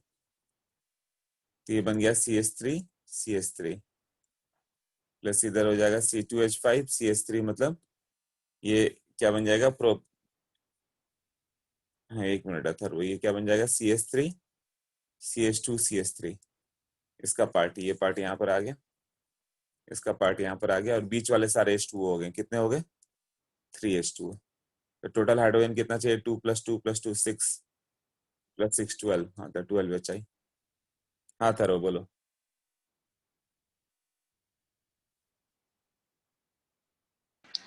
सर C2H5 को हम लोग C2H6 नहीं बनाएंगे, और उसी को तो एक हाइड्रोजन दिया ना फिर, तो सर 13 हो जाएगा ना। C2H5 को नहीं नहीं, वो खुद रह जाएगा, ये C2H5 या CH3 हो जाएगा। नहीं, तो इसको नहीं सर बनाओगे, इधर तो वाले को सर बनाओ। तो सर ऊपर वाले क्वेश्चन में हम लोग ने CH3 को CH4 क्यों बनाया? और मतलब तुम्हें बनाना मीथेन ही है, मतलब तुम्हें जो एल्केन होता है ना, वो ये होता है मीथेन, इथेन, प्रोपेन। प्रोपेन कैसा होता है, ऐसा ना, ब्यूटेन, ऐसे बनाओ। ओके ये सर। सब प्रोडक्ट हो गए, आप सोचो। हाँ सर, समझा। हाँ, ये C2H6, okay.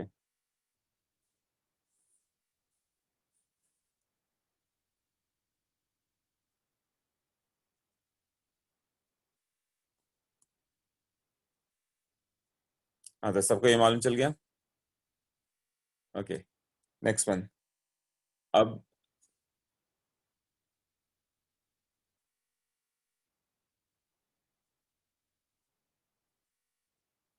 Alkanes from carbonyl compound है ना।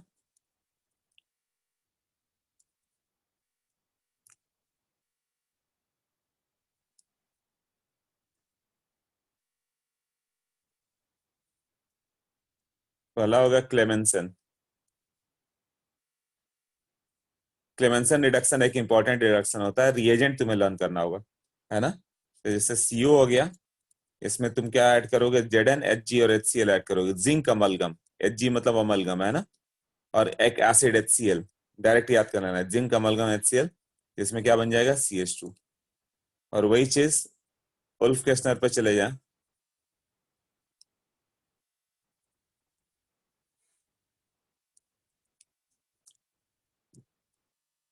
तो उल्फ केस्नर रिडक्शन में क्या हो जाएगा कि ये CO है, ये बेस ले यूज करता है, इसने एसिड यूज किया था ना, उल्फ केस्नर ने क्या यूज किया था, बेस यूज किया था। उनका था NH2 plus ETONA।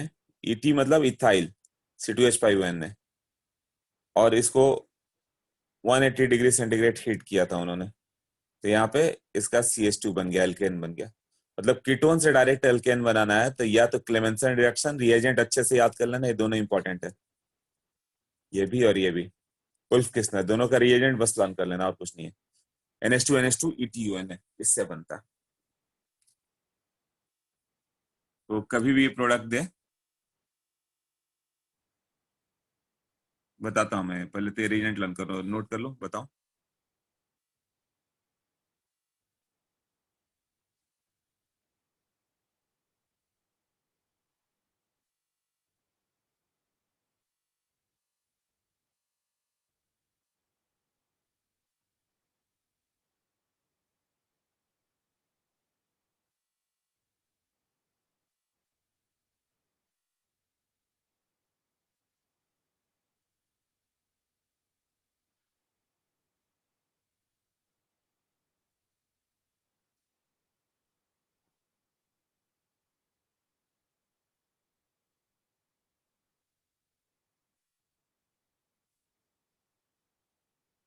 ETONA, NH2 के बाद ETONA मतलब C2H5ONA, उसको लिख दो CH2 C2H5ONA।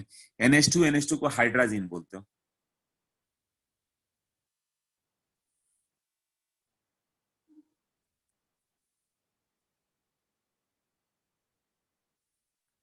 NH2 is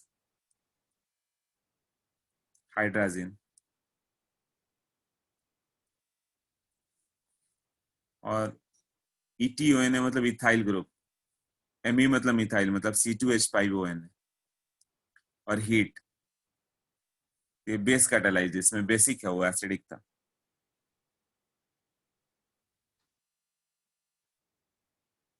okay,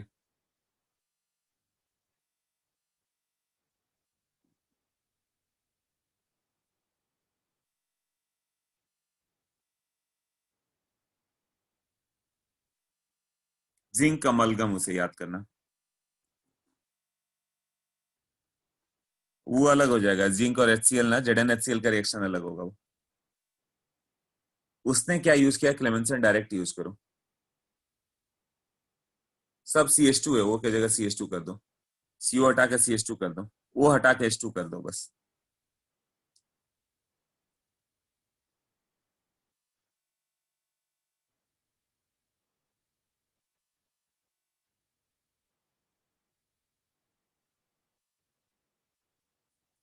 write down करना ना, CH2 है ये, ओ की जगह CH2। वो हटाओ, 2 हाइड्रोजन डाल दो,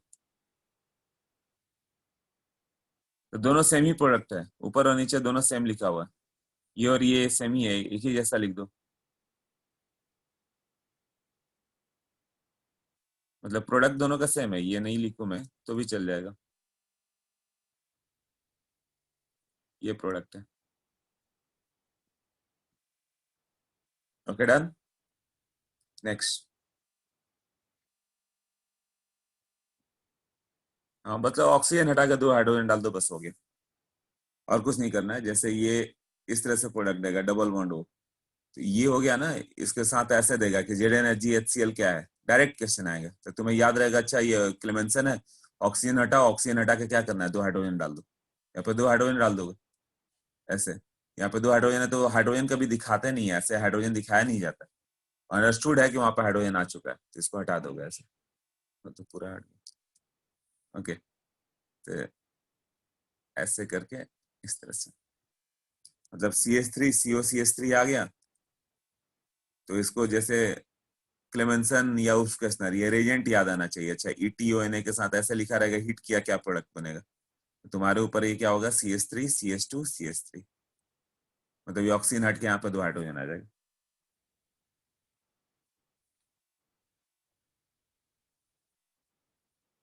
क्लियर, तो जिंक कॉपर वगैरह लोग है ना, तो डबल बॉन्ड को भी रिड्यूस कर देगा, डबल बॉन्ड को रिड्यूस नहीं करता। नेक्स्ट,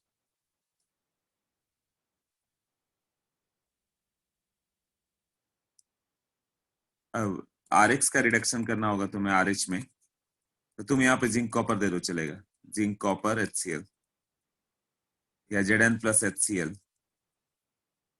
फर्स्ट ये ऐसे, और सेकेंड, तो भी चलेगा, तुम्हें सब कर रहे हैं, एक काम करो इसको मिटा देते हैं, ये हो गया रिएजेंट। अब रिएजेंट में भी कुछ भी ले लो, zinc plus dilute HCl, zinc copper plus कोई भी एसिड जहां से मिल जाए, C2H5OH ले लो, Zn प्लस NaOH ले लो, यहाँ से भी नेसेंट हाइड्रोजन आता है, जिंक NaOH से भी रिएक्ट करता है, रेड फॉस्फोरस NHI ले लो, ये सब रिड्यूसिंग एजेंट है जिससे बनेंगे, तो ये सब लर्न कर लेना, ये सब RH से RH बनाना इजी है, कुछ भी डालो बन जाएगा, है ना।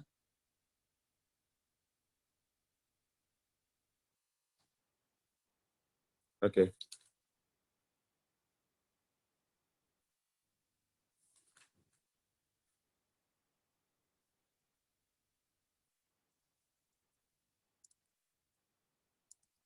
Higher alkane from alkyl halide, ये तो क्वेश्चन आते ही रहता है बार बार, that is known as Wurtz reaction.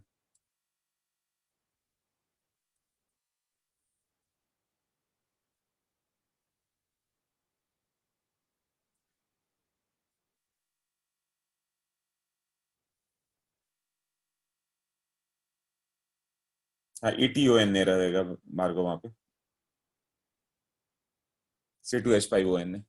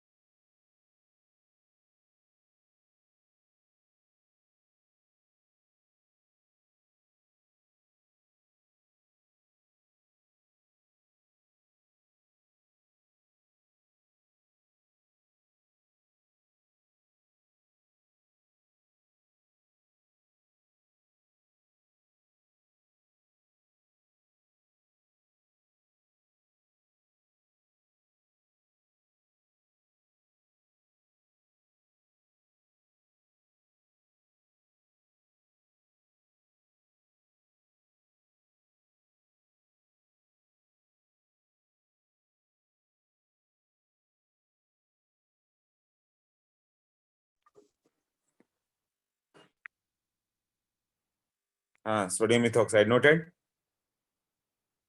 ठीक है, नेक्स्ट। मैक्सिमम हो चुका है। हाँ चलो, अब इसको सेव कर सकता हूँ। इतना होगा कि save to album.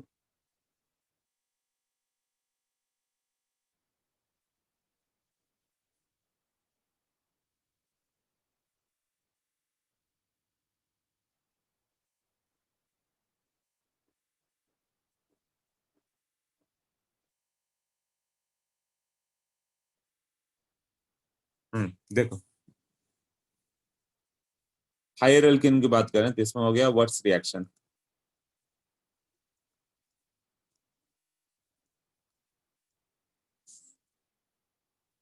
Words reaction में क्या होगा कि सोडियम हाइलाइड ले लो, आरएक्स ले लो, Na एंड ड्राई ईथर, तो क्या हो जाएगा?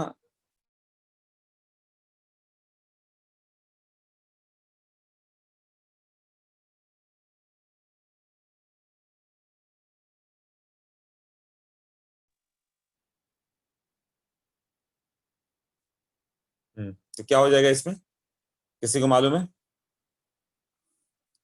हाँ, इसमें भी डाइमर बन जाएगा, एकदम कोल्बे इलेक्ट्रोलिसिस जैसा। आर आर आ जाएगा और NX आ जाएगा। तो 2 मोल RX ऐसा होगा, मतलब RX ले लोगे, सोडियम डाल दो, तो सोडियम क्या करेगा, यहाँ से प्लस XR कर दो, तो ये हट जाएगा और यहाँ से RR आ जाएगा। ये इट फॉर्म्स RnR। तो इसका मैकेनिज्म क्या होता है? दो मैकेनिज्म है। एक है फ्री रेडिकल मैकेनिज्म। अब ड्राई ईथर क्यों देते हो? वाटर दोगे तो सोडियम रिएक्ट कर जाएगा, सोडियम वाटर से एक्सप्लोड करने लगता है, इसीलिए ड्राई देते हैं, मॉइस्चर नहीं रहने देते हो। मॉइस्चर भी रहेगा तो सोडियम उसी से रिएक्ट करेगा। ईथर में सॉल्वेंट है, सिर्फ सॉल्वेंट क्या करेगा, एक कंटेंट एरिया दे देता है, छोटा सा वॉल्यूम जिसमें सब रिएक्ट करेंगे। तो फ्री रेडिकल मैकेनिज्म में क्या होता है, सोडियम का क्या काम होगा, वो Na+ और इलेक्ट्रॉन बनेगा। अब ये इलेक्ट्रॉन जो होगा RX पे आके अटैक करता है। R पे डेल्टा प्लस होता है, इस पे डेल्टा माइनस आता है। क्यों? X मतलब halogen, X is what, halogen. Clear हुआ ना? तो हैलोजेंस जब होंगे तो क्या हो जाएगा कि इलेक्ट्रॉन आएगा तो हैलोजन ऐसा अटैक करने पर Cl- स्टेबल होता है, तभी तो HCl एसिड है। HCl एसिड क्यों है? वो H+ देकर Cl- बनता है, Cl- स्टेबल होता है। यहाँ भी X- स्टेबल हो गया, Cl- बाहर आ गया। R को मान लो R पे प्लस था और Cl पे माइनस था, ऐसे इसको इलेक्ट्रॉन मिल गया तो इलेक्ट्रॉन ये फ्री रेडिकल बन गया।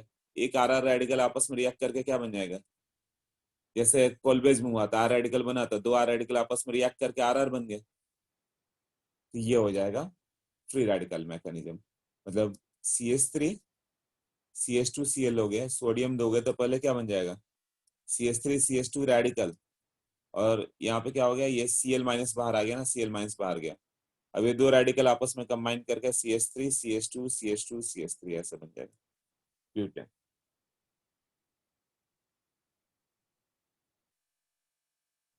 तो इसमें भी जस्ट इसका वो जैसे वहां वर्ड्स कोलबेस की तरह यहाँ भी RR बस कर दो, मिरर इमेज ला दो, और कुछ नहीं करना है। तो 3 डिग्री का बस नहीं होगा, बाकी सबका होगा, नॉट सुटेबल फॉर 3 डिग्री।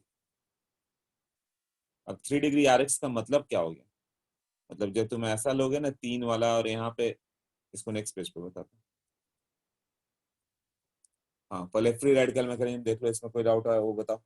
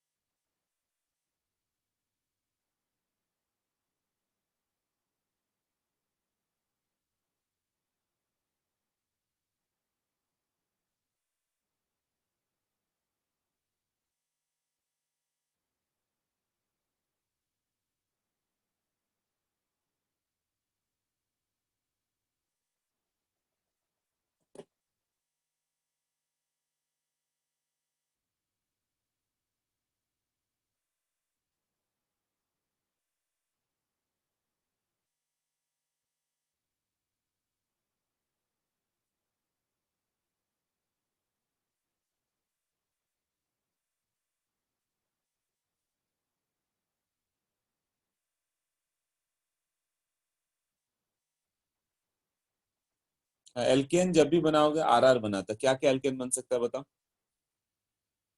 हमेशा इवन नंबर वाला बन पाएगा।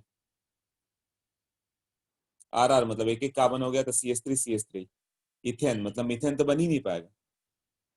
C2H5 मतलब ब्यूटेन, इथेन बनेगा, ब्यूटेन बनेगा, मतलब इवन नंबर बन पाएगा, ऑड वाले नहीं। आर बनाओगे तो कैसे बनाओगे? C3H8 में आर मतलब कितना हो गया? एक एक कार्बन, दो दो कार्बन, चार चार कार्बन, ऐसे इवन नंबर ऑफ ही कार्बन आ पाएगा ना, ऑड नंबर ऑफ कार्बन नहीं बना पाओगे। अच्छा बताता हूँ, नोटेड ना? Na+Cl- से रिएक्ट करके NaCl बन गया, वो Cl- बना ना। Okay noted. सी इसमें क्या हो जाएगा? 3 डिग्री RX ले लोगे ना, जैसे 3 डिग्री ले लो, CH3 Cl, sodium, dry ether, तो क्या बन जाएगा? CH2 डबल बॉन्ड C के साथ CH3 एल्कीन बन जाता है ना? तो यहाँ एल्कीन होता है तो not suitable for 3 degree, 3 degree वाला नहीं कर पाएगा। क्यों? रीजन वगैरह बाद में डिटेल में आएगा। बट अभी जब भी तुम बनाओगे CH3Cl और Na, क्या प्रोडक्ट बनाओगे? इसका डाइमर CH3 प्लस ये 2NaCl आएगा।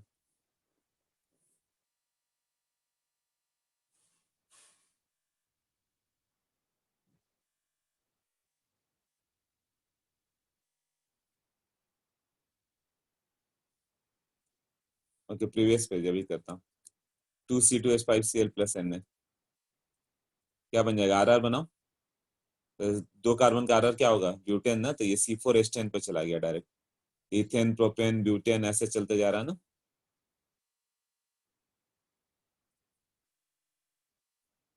हाँ, अब C3H7Cl लिया तो क्या बन जाएगा? C3H7 तो C6 बन जाएगा ना डायरेक्ट ये, मतलब इथेन बनेगा, ब्यूटेन बनेगा, हेक्सेन बनेगा, प्रोपेन नहीं बन पाया, मीथेन नहीं बन पाया, ये सब नहीं बन पा रहा, यही हो रहा है ना।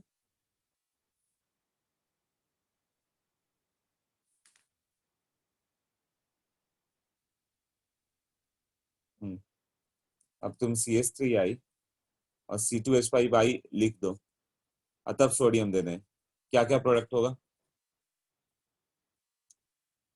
इसका खुद के साथ डाइमर CH3 C2H5 से स्ट्राइक कर रहा है तो इसका डाइमर C2H5 मतलब ये क्या है? C4H10 और एक क्रॉस प्रोडक्ट, जब ये दोनों आपस में रिएक्ट करते हैं तब क्या बन जाएगा? RR-CH3 मतलब प्रोपेन, तो मिक्सचर ऑफ एल्केन। मतलब प्रोपेन बना नहीं सकते, प्रोपेन बनाने के लिए तुम दोनों अलग अलग ले रहे हो तो मिक्सचर ऑफ प्रोडक्ट, इसका मतलब alkane having odd number of carbon cannot be formed.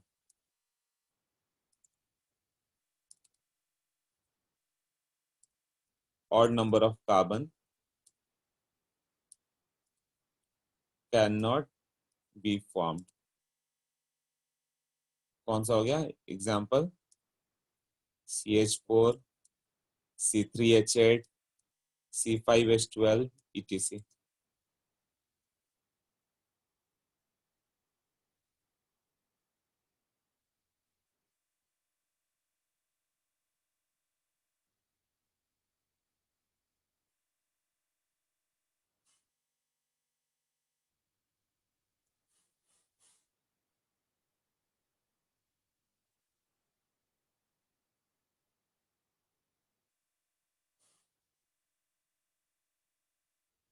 CH3 CH2 CH3 कहाँ से आया ना? डाइमर बनाओ, डाइमर में क्या बन गया?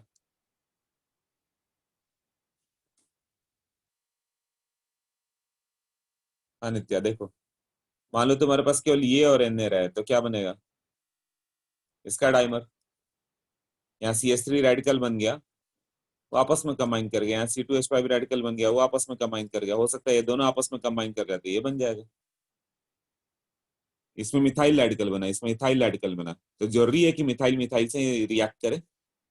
जो जिससे टकराएगा बॉन्ड बन जाएगा। मिथाइल मिथाइल से टकरा गया तो ये बॉन्ड होगा, इथाइल इथाइल से स्ट्राइक कर गया तो ये बन जाएगा, मिथाइल इथाइल आपस में स्ट्राइक कर गए तो प्रोपेन बन जाएगा।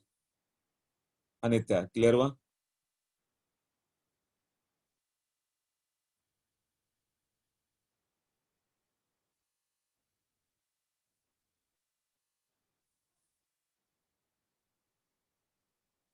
हाँ तीनों मिल गए, तो तुम्हें प्रोपेन तो नहीं मिला ना, तुम प्रोपेन बनाने गए तो तीन तीन प्रोडक्ट मिल गए। इनका बॉइलिंग पॉइंट भी इतना क्लोज होता है कि इसको सेपरेट भी नहीं कर पाते। तो यूजलेस मेथड है प्रोपेन बनाने का, ये मेथड सही नहीं। इससे बढ़िया रिडक्शन करके बना लो, 3 कार्बन का अल्काइल हाइड्राइड लेकर रिड्यूस कर दो।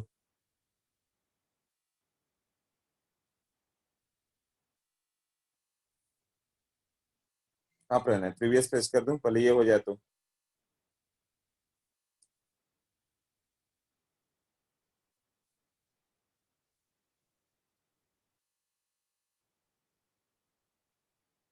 ऐसा भी जरूरत नहीं है, ओके।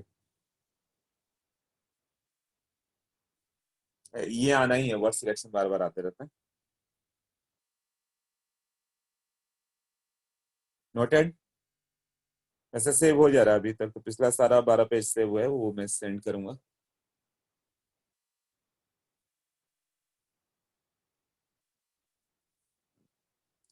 तो ये बताओ CH3 CH के साथ Cl और CH के साथ Cl हो तो क्या बनाओगे प्रोडक्ट?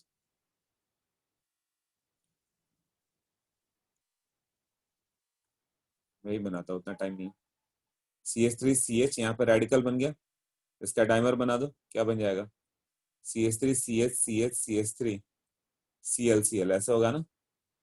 फिर से सोडियम दिया हुआ, फिर से क्लोरीन बाहर जाएगा, फिर से रेडिकल आ जाएगा यहाँ, CH रेडिकल CH रेडिकल और CH3, और ये आपस में बॉन्ड बना जाएंगे, CH3 CH double bond CH CH3। यहाँ पे भी यही होगा, नए डाई ईथर दोगे तो क्या होगा, ये दोनों फ्री रेडिकल बन गए और दोनों आपस में बॉन्ड बना जाएंगे। ऐसा रेडिकल बना के तुम्हें ये करना था।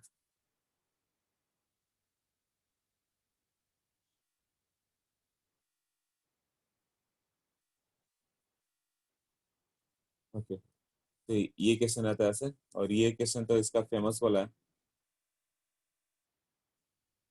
कि 2 मोल ये दिया हुआ है Cl और Br, सोडियम डालो किसको ब्रेक करेगा?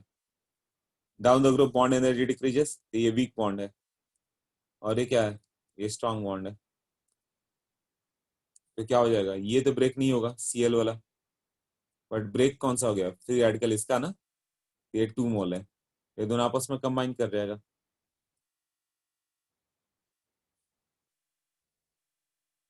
Cl रह गया।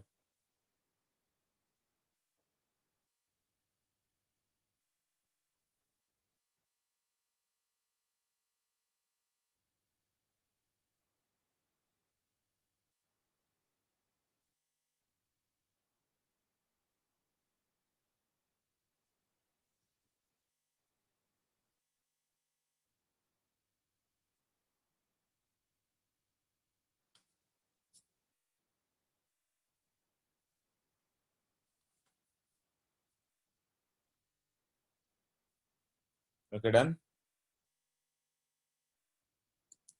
नेक्स्ट है फ्रैंकलिन रिएक्शन। उसने सोडियम की जगह जिंक यूज कर दिया और कुछ भी नहीं किया। RX था, उसने Zn यूज किया, 2 मोल तो RR बन गया। RX plus Zn plus XR, जैसे सोडियम था तो 2 मोल सोडियम चाहिए, तो 1 ही मोल Zn काफी है, तो एल्केन ही है वो, बस सोडियम है। वर्ट्स रिएक्शन ने सोडियम यूज किया, इसने जिंक यूज किया, और इसके अलावा कोई डिफरेंस नहीं है, देख लो।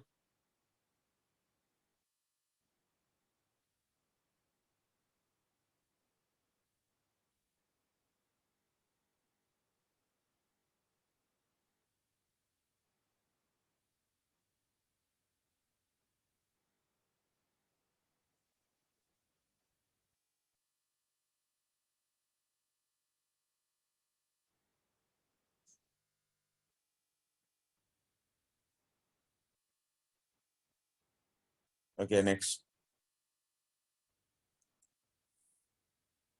अब एक और रिएक्शन हो गया, कोरी हाउस सिंथेसिस। इससे तुम प्रोपेन वगैरह बना सकते हो।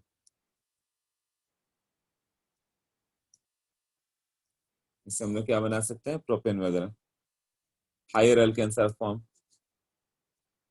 इसमें भी हायर फॉर्म होगा, जैसे फ्रैंकलैंड में था, वर्ड्स में था। ये सब लर्न करते जाना। ऑर्गेनिक इसीलिए मैंने बोला था ना, पहले एक बार बता रहा था ना मैं कि ऑर्गेनिक आएगा ना तो तुम विद इन नो टाइम तुम आंसर करके आओगे, ऑर्गेनिक इनऑर्गेनिक।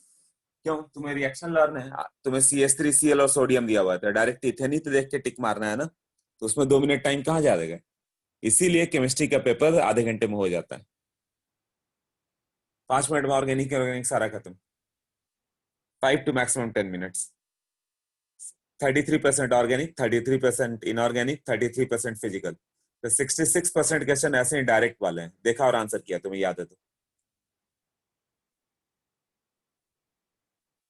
इसलिए IIT जाना तो केमिस्ट्री स्ट्रांग होना ही चाहिए, within no time organic inorganic करके आओगे। नोट्स जिसने रोज रोज रिवाइज किया। तो कोरी हाउस सिंथेसिस के लिए क्या रिएजेंट यूज किया था उसने, गिलमैन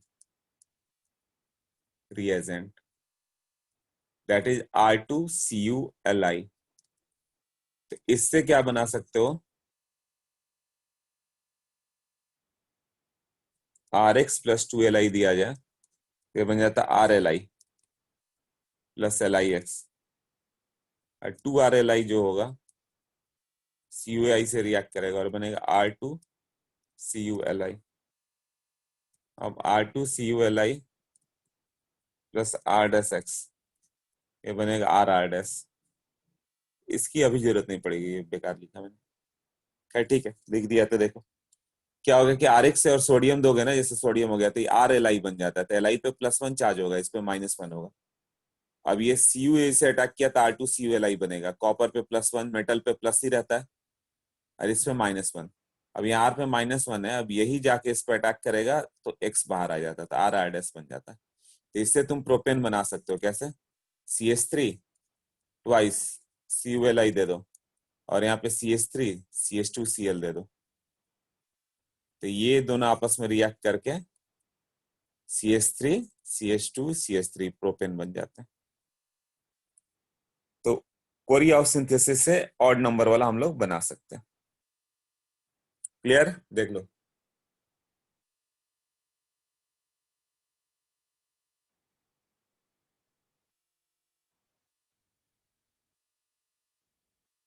ओके, एक और रिएक्शन हो गया, कैटालिटिक हाइड्रोजनेशन। कैटालिटिक हाइड्रोजनेशन ये शायद सबको मालूम होगा। Addition of hydrogen. क्या करते हैं हम लोग, जैसे CH3 CH double bond CH2, यहाँ पर 2 हाइड्रोजन ऐड कर दो। किसके प्रेजेंस में? Ni Pt Pd, nickel platinum palladium, और हीट कर दो 300 डिग्री सेंटीग्रेड के आसपास चाहिए। केवल हीट काफी होता है ऑर्गेनिक में, टेम्परेचर कहीं नहीं याद करना। इससे फॉर्म हो जाता है वो। रेनी निकल दे दो तो रूम टेम्परेचर पर कर देता है वो। CH3 CH double bond CH2 के साथ रेनी निकल RaNeY, तो ये रूम टेम्परेचर पे ही कन्वर्ट कर देता इसमें। बस 2 हाइड्रोजन का एडिशन है और कुछ नहीं।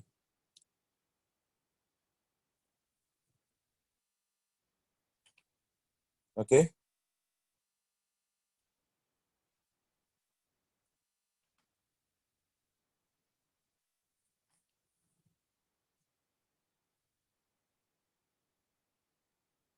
300 डिग्री सेंटीग्रेड सब आसपास रहते हैं, 200 to 300, तो सब लर्न नहीं करना है टेम्परेचर वगैरह। ओके, नेक्स्ट में हो गया from Grignard reagent. Grignard reagent क्या होता है,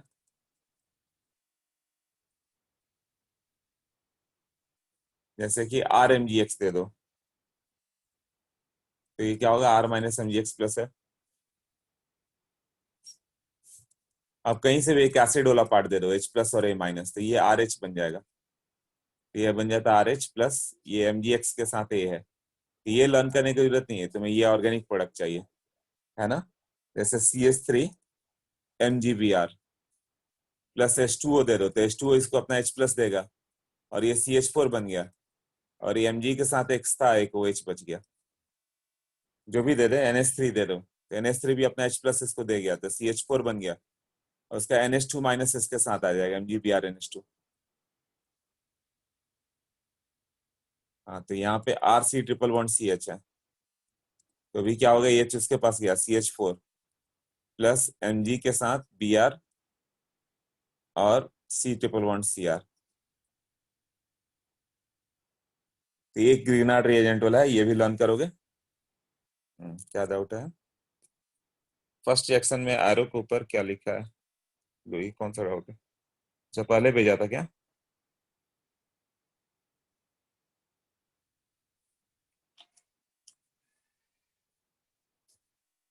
अनित्य, क्या पूछा तुमने?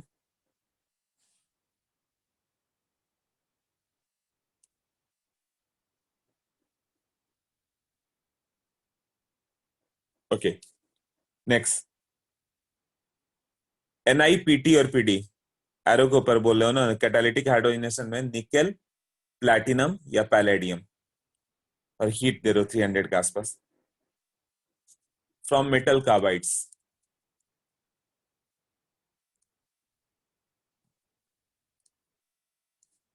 जैसे Al4C3 है, इसको H2O दे देंगे, तो ये क्या बन जाता है, AlOH थ्राइस प्लस CH4, और उसका डायगोनल रिलेशनशिप वाला बेरिलियम कार्बाइड है, तो इसमें क्या हो जाता है, BeOH ट्वाइस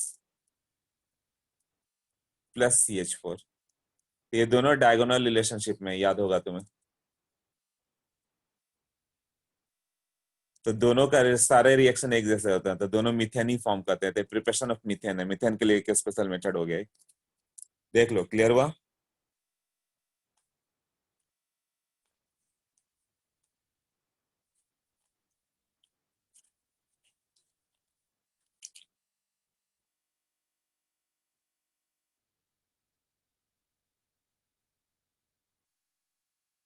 ओके, ये सब नोट्स में व्हाइट बोर्ड वाले भेजता हूँ फिर तुम लोग को।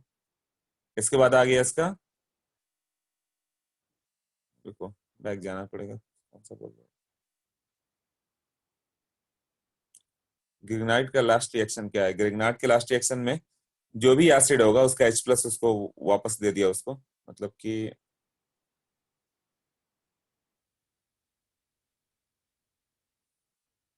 हाँ, जो एसिड वाला पार्ट है उसका H जाएगा इसके पास, रेस्ट पार्ट ये दोनों आपस में बॉन्डेड होंगे। यहाँ भी H+ और NH2 माइनस इसके साथ, MgBr के साथ, यहाँ OH- MgBr के साथ, तो वो MgBr के साथ क्या गया वो मतलब नहीं है ना? मतलब है कि जो भी एसिड आएगा इसको H+ दे जाएगा, ये रहे चाहे R रहे, चाहे HCl रहे, HBr रहे, H2SO4 रहे, जो भी H+ देगा वो RH बन जाएगा, मतलब उसको एक H दे के चला जाएगा। क्लियर?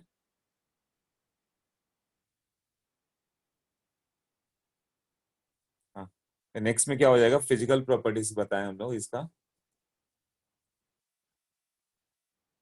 तो एल्केन कैसा होता है, घी को मान के चलो, सैचुरेटेड घी क्या होता है, वो वाटर पर फ्लोट करता है ना, तो इसकी डेंसिटी बहुत कम होती है एल्केन की, मतलब कितना भी सॉलिड हो जाए, वो घी सॉलिड ही है बट वो क्या करता है, फ्लोट्स ऑन द वाटर। ये क्या होगा, C12C4 गैस होता है, C5 to C17 लिक्विड होंगे, उससे ग्रेटर सॉलिड। तो कहाँ से लिक्विड कहाँ सॉलिड हो मतलब नहीं है, बट ये क्यों बना, मॉलिक्यूलर मास इंक्रीजेस, तो van der Waals force increases, van der Waals force अभी करेंगे हम लोग, तो वो directly proportional to molecular mass होता है। तो जो मॉलिक्यूल हैवी होते हैं वो सॉलिड बनते जाते हैं, जो लाइटर होते हैं गैस रहते हैं। तो पहले वाले का मॉलिक्यूलर मास कम रहता है, वो सब गैस है, बाद वाले लिक्विड हो गए, उसके बाद वाले सॉलिड हो जाते हैं। तो it depends, van der Waals force directly proportional to molecular mass होता है, इससे आगे।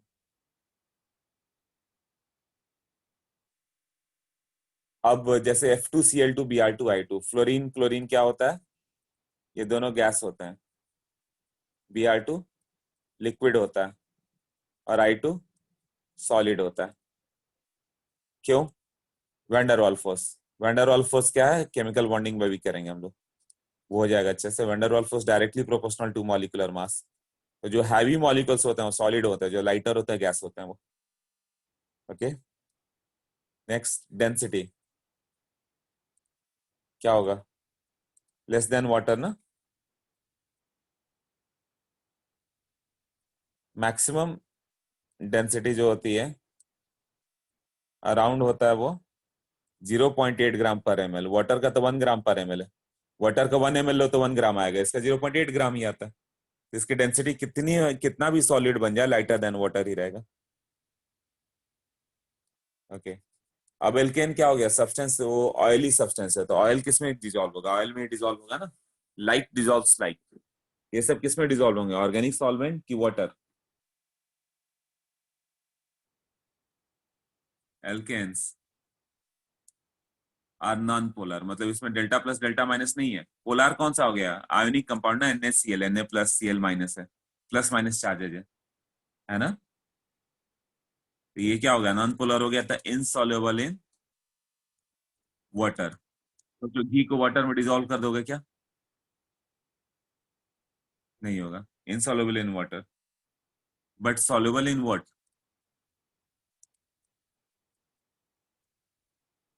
Non polar solvent.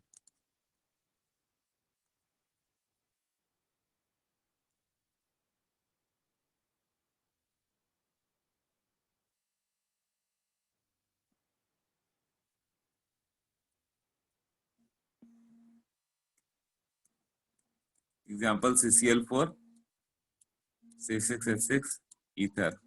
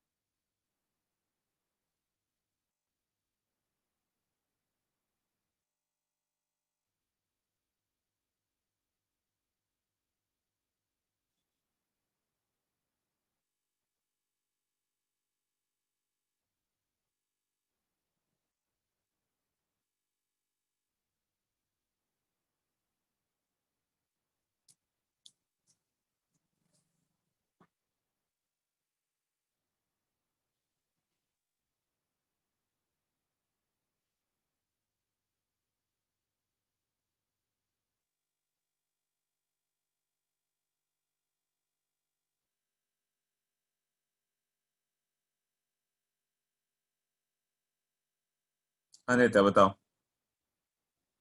हाँ, they are soluble in toluene.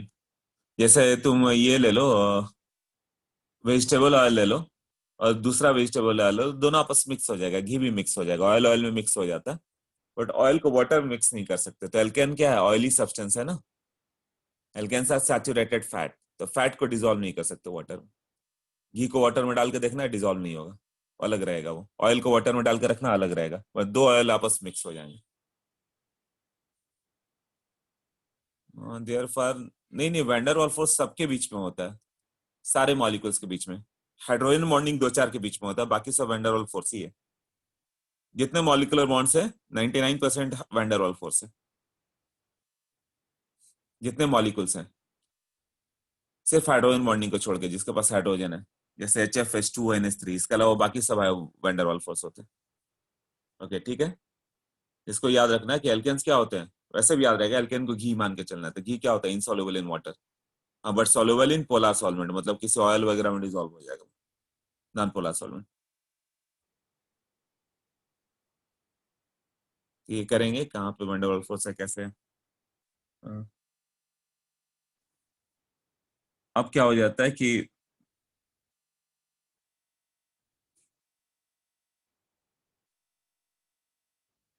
Chemical properties का, केमिकल प्रॉपर्टीज ऑफ एल्केन, ये छोटा है, फिर इसका प्रिपरेशन बड़ा था, केमिकल प्रॉपर्टीज छोटा है। तो इसमें क्या होता है, ये पैराफिन्स होता है, पैराफिन्स मतलब लिटिल एफिनिटी, अनरिएक्टिव, ये लेस रिएक्टिव होता है। क्यों? नॉन पोलर है, नॉन पोलर है तो ना कोई निगेटिव चार्ज अटैक करता है ना पॉजिटिव चार्ज। तो एक ही केस हो सकता है कि हिट करके उसको फ्री रेडिकल बनाओ तब हो पाए, है ना। तो वो किसके रिएक्शन में कर सकता है, इसका मैकेनिज्म क्या आएगा, non polar. So electrophile, electron loving and nucleophile. Electron loving कौन सा होता है, जैसे कि एग्जांपल जिसपे प्लस चार्ज हो, जैसे H प्लस हो गया, इसको इलेक्ट्रॉन चाहिए ना, CH3 प्लस हो गया, Cl प्लस हो गया, ये सबको कोई साइट नहीं मिलेगा, दो एल्केन के लिए कुछ नहीं करेगा। न्यूक्लियोफाइल जिसपे नेगेटिव चार्ज हो, nucleus loving, NH2 minus, nucleus मतलब positive charge, loving, nucleophile NH2 minus, OH minus, F minus, इसको कोई साइट ही नहीं मिलेगा कि जाकर अटैक करे। हाँ, तो it does not find any site to attack, है ना। तब क्या हो जाएगा, so electrophile and nucleophile do not find any site to attack.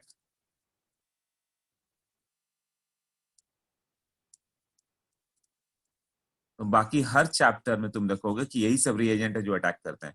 इसको भेज के भी क्या फायदा है, उसके पास ना डेल्टा प्लस है ना डेल्टा माइनस, वो किसी को अट्रैक्ट नहीं करता, सबके लिए इनर्ट है, ना प्लस चार्ज ना माइनस चार्ज। तब तो एक ही केस हो सकता है कि वो हाई टेम्परेचर पे ब्रेक कर जाए फ्री रेडिकल में, रिएक्ट ओनली एट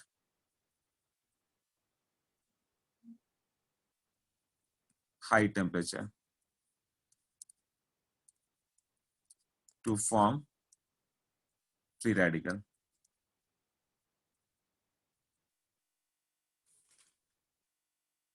हाँ, तो फ्री रेडिकल में क्या होगा,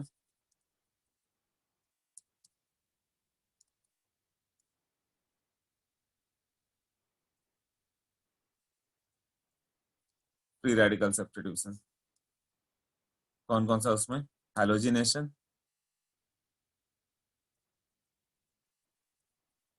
नाइट्रेशन, सल्फोनेशन।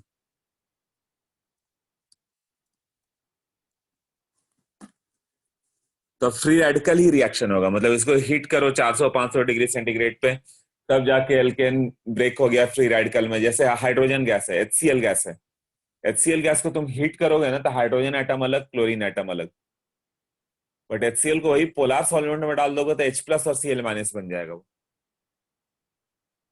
HCl क्या होता है, वाटर में डिसोसिएट हो जाता है H प्लस Cl माइनस में, तो वहां इलेक्ट्रोफाइल न्यूक्लियोफाइल बन जाएगा, वो प्लस माइनस चार्ज आएगा। बट उसको हीट करोगे तो H अलग Cl अलग। उसी तरह इसको भी क्या किया हम लोगों ने, हीट करोगे तो फ्री रेडिकल ब्रेक होगा तब रिएक्शन होगा। तो बाकी सब तो काम का रिएक्शन नहीं, एक ही रिएक्शन इसके काम का जो आता है हैलोजिनेशन, इसलिए इसका प्रॉपर्टीज सिंपल रह जाता है। देखो हैलोजिनेशन, हैलोजिनेशन मतलब एडिशन ऑफ हैलोजन, है ना। हाइड्रोजिनेशन मतलब एडिशन ऑफ हाइड्रोजन। डीहाइलोजिनेशन मतलब removal of halogen, dehydrogenation removal of hydrogen. Halogenation में क्या होता है कि RH हो गया, अब तुमने X2 डाल दिया, हैलोजन डाल दिया, तो क्या बन जाएगा, RH बन जाएगा और HX बना दिया, यही हुआ ना। तो रिएक्टिविटी किसकी ज्यादा होती है, फ्लोरीन, क्लोरीन, ब्रोमीन, आयोडीन। तो F2 की रिएक्टिविटी बहुत हाई होगी, chlorine then bromine then iodine. Iodine एकदम लेथार्जिक है, बिल्कुल रिएक्ट नहीं करेगा, पूरे ऑर्गेनिक में आयोडीन का प्रॉब्लम रहता है। हाँ राइट, CH4 प्लस Cl आ जाएगा, Cl2 CH3 Cl आएगा। F2 जो होता है ना, कहीं भी रिएक्शन एक्सप्लोसिव करता है, तो ये हम लोग का काम का नहीं है। अब ये तो इतना ज्यादा रिएक्टिव है कि इसको किसी के साथ रखो रिएक्ट कर जाता है, ये तो इनर्ट गैस के साथ भी रिएक्ट कर जाते हैं। ये कंट्रोलेबल नहीं है, ये होगा हम लोग की रिएक्टिविटी। आयोडीन का भी बहुत डिफिकल्ट है, तो क्लोरीन फ्लोरीन ही, क्लोरीन और ब्रोमीन यही अपने काम का होता है ना। उसमें भी रिएक्टिविटी क्या होगा, 3 डिग्री एल्काइल हैलाइड RH का ज्यादा होगा reactive then 2 degree RH then 1 degree RH। क्यों, 3 डिग्री RH आराम से ब्रेक होता है, ये वीक बॉन्ड होता है, तो ब्रेक आराम से होगा। और ये क्या हो गया, स्ट्रॉन्ग बॉन्ड, तो ये जल्दी ब्रेक ही नहीं होता। तो फ्लोरीन हाईली रिएक्टिव होगा और इधर 3 डिग्री RH हाईली रिएक्टिव होगा। तो होगा क्या, जैसे पहला करें हम लोग CH4 प्लस F2 दोगे तो सीधे C+4 प्लस 4HF, रिएक्शन तो हो जाएगा बट ये एक्सप्लोड कर जाएगा, है ना, एक्सप्लोसिव रिएक्शन। तो ये सिंथेसिस नहीं करते हम लोग। फ्लोरीन हाइड्रोजन के कांटेक्ट में आया तो एक्सप्लोड कर जाता है। तो chlorination and bromination he main पड़ जाता है। फिर क्लोरीनेशन, अब CH4 को Cl2 दे दो और H दे दो, मतलब सनलाइट दे दो, फोटोन, फोटोन है ना। तो सनलाइट के प्रेजेंस में ये बनेगा CH3Cl, CH2Cl2, CHCl3, CCl4, सारे बन जाएंगे। मोनोक्लोरो, एक क्लोरीन ऐड होगा, 2 ऐड होगा, 3 होगा, 4 होगा, 5 होगा, मतलब सॉरी 4 क्लोरीन तक आएगा। अब बताओ Cl2 को एक्सेस करें तो क्या बनेगा, क्लोरीन एक्सेस करोगे तो मेजर प्रोडक्ट CCl4 होगा, सबके सब क्लोरीन। CH4 एक्सेस कर दोगे तो CH3Cl मेजर प्रोडक्ट होगा। मतलब इफ CH4 एक्सेस तो CH3Cl मेजर होगा। इफ Cl2 इज एक्सेस तो CCl4 will be major product. Chlorine ही क्लोरीन ज्यादा होते हुए तो CCl4 ही बनेगा ना, सब क्लोरीन बनाते चले जाएंगे। मीथेन ज्यादा मिल गया तो CH3Cl बनता है। इतना क्लियर हो गया अभी।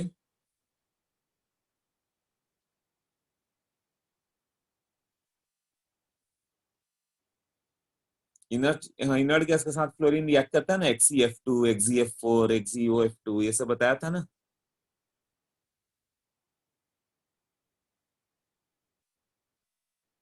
तो फ्लोरीन का रिएक्टिविटी इतना ही है कि किसी से भी रिएक्ट कर जाता है, उसको मतलब कंजर्व करना बहुत डिफिकल्ट होता है, प्रिजर्व करके रखना।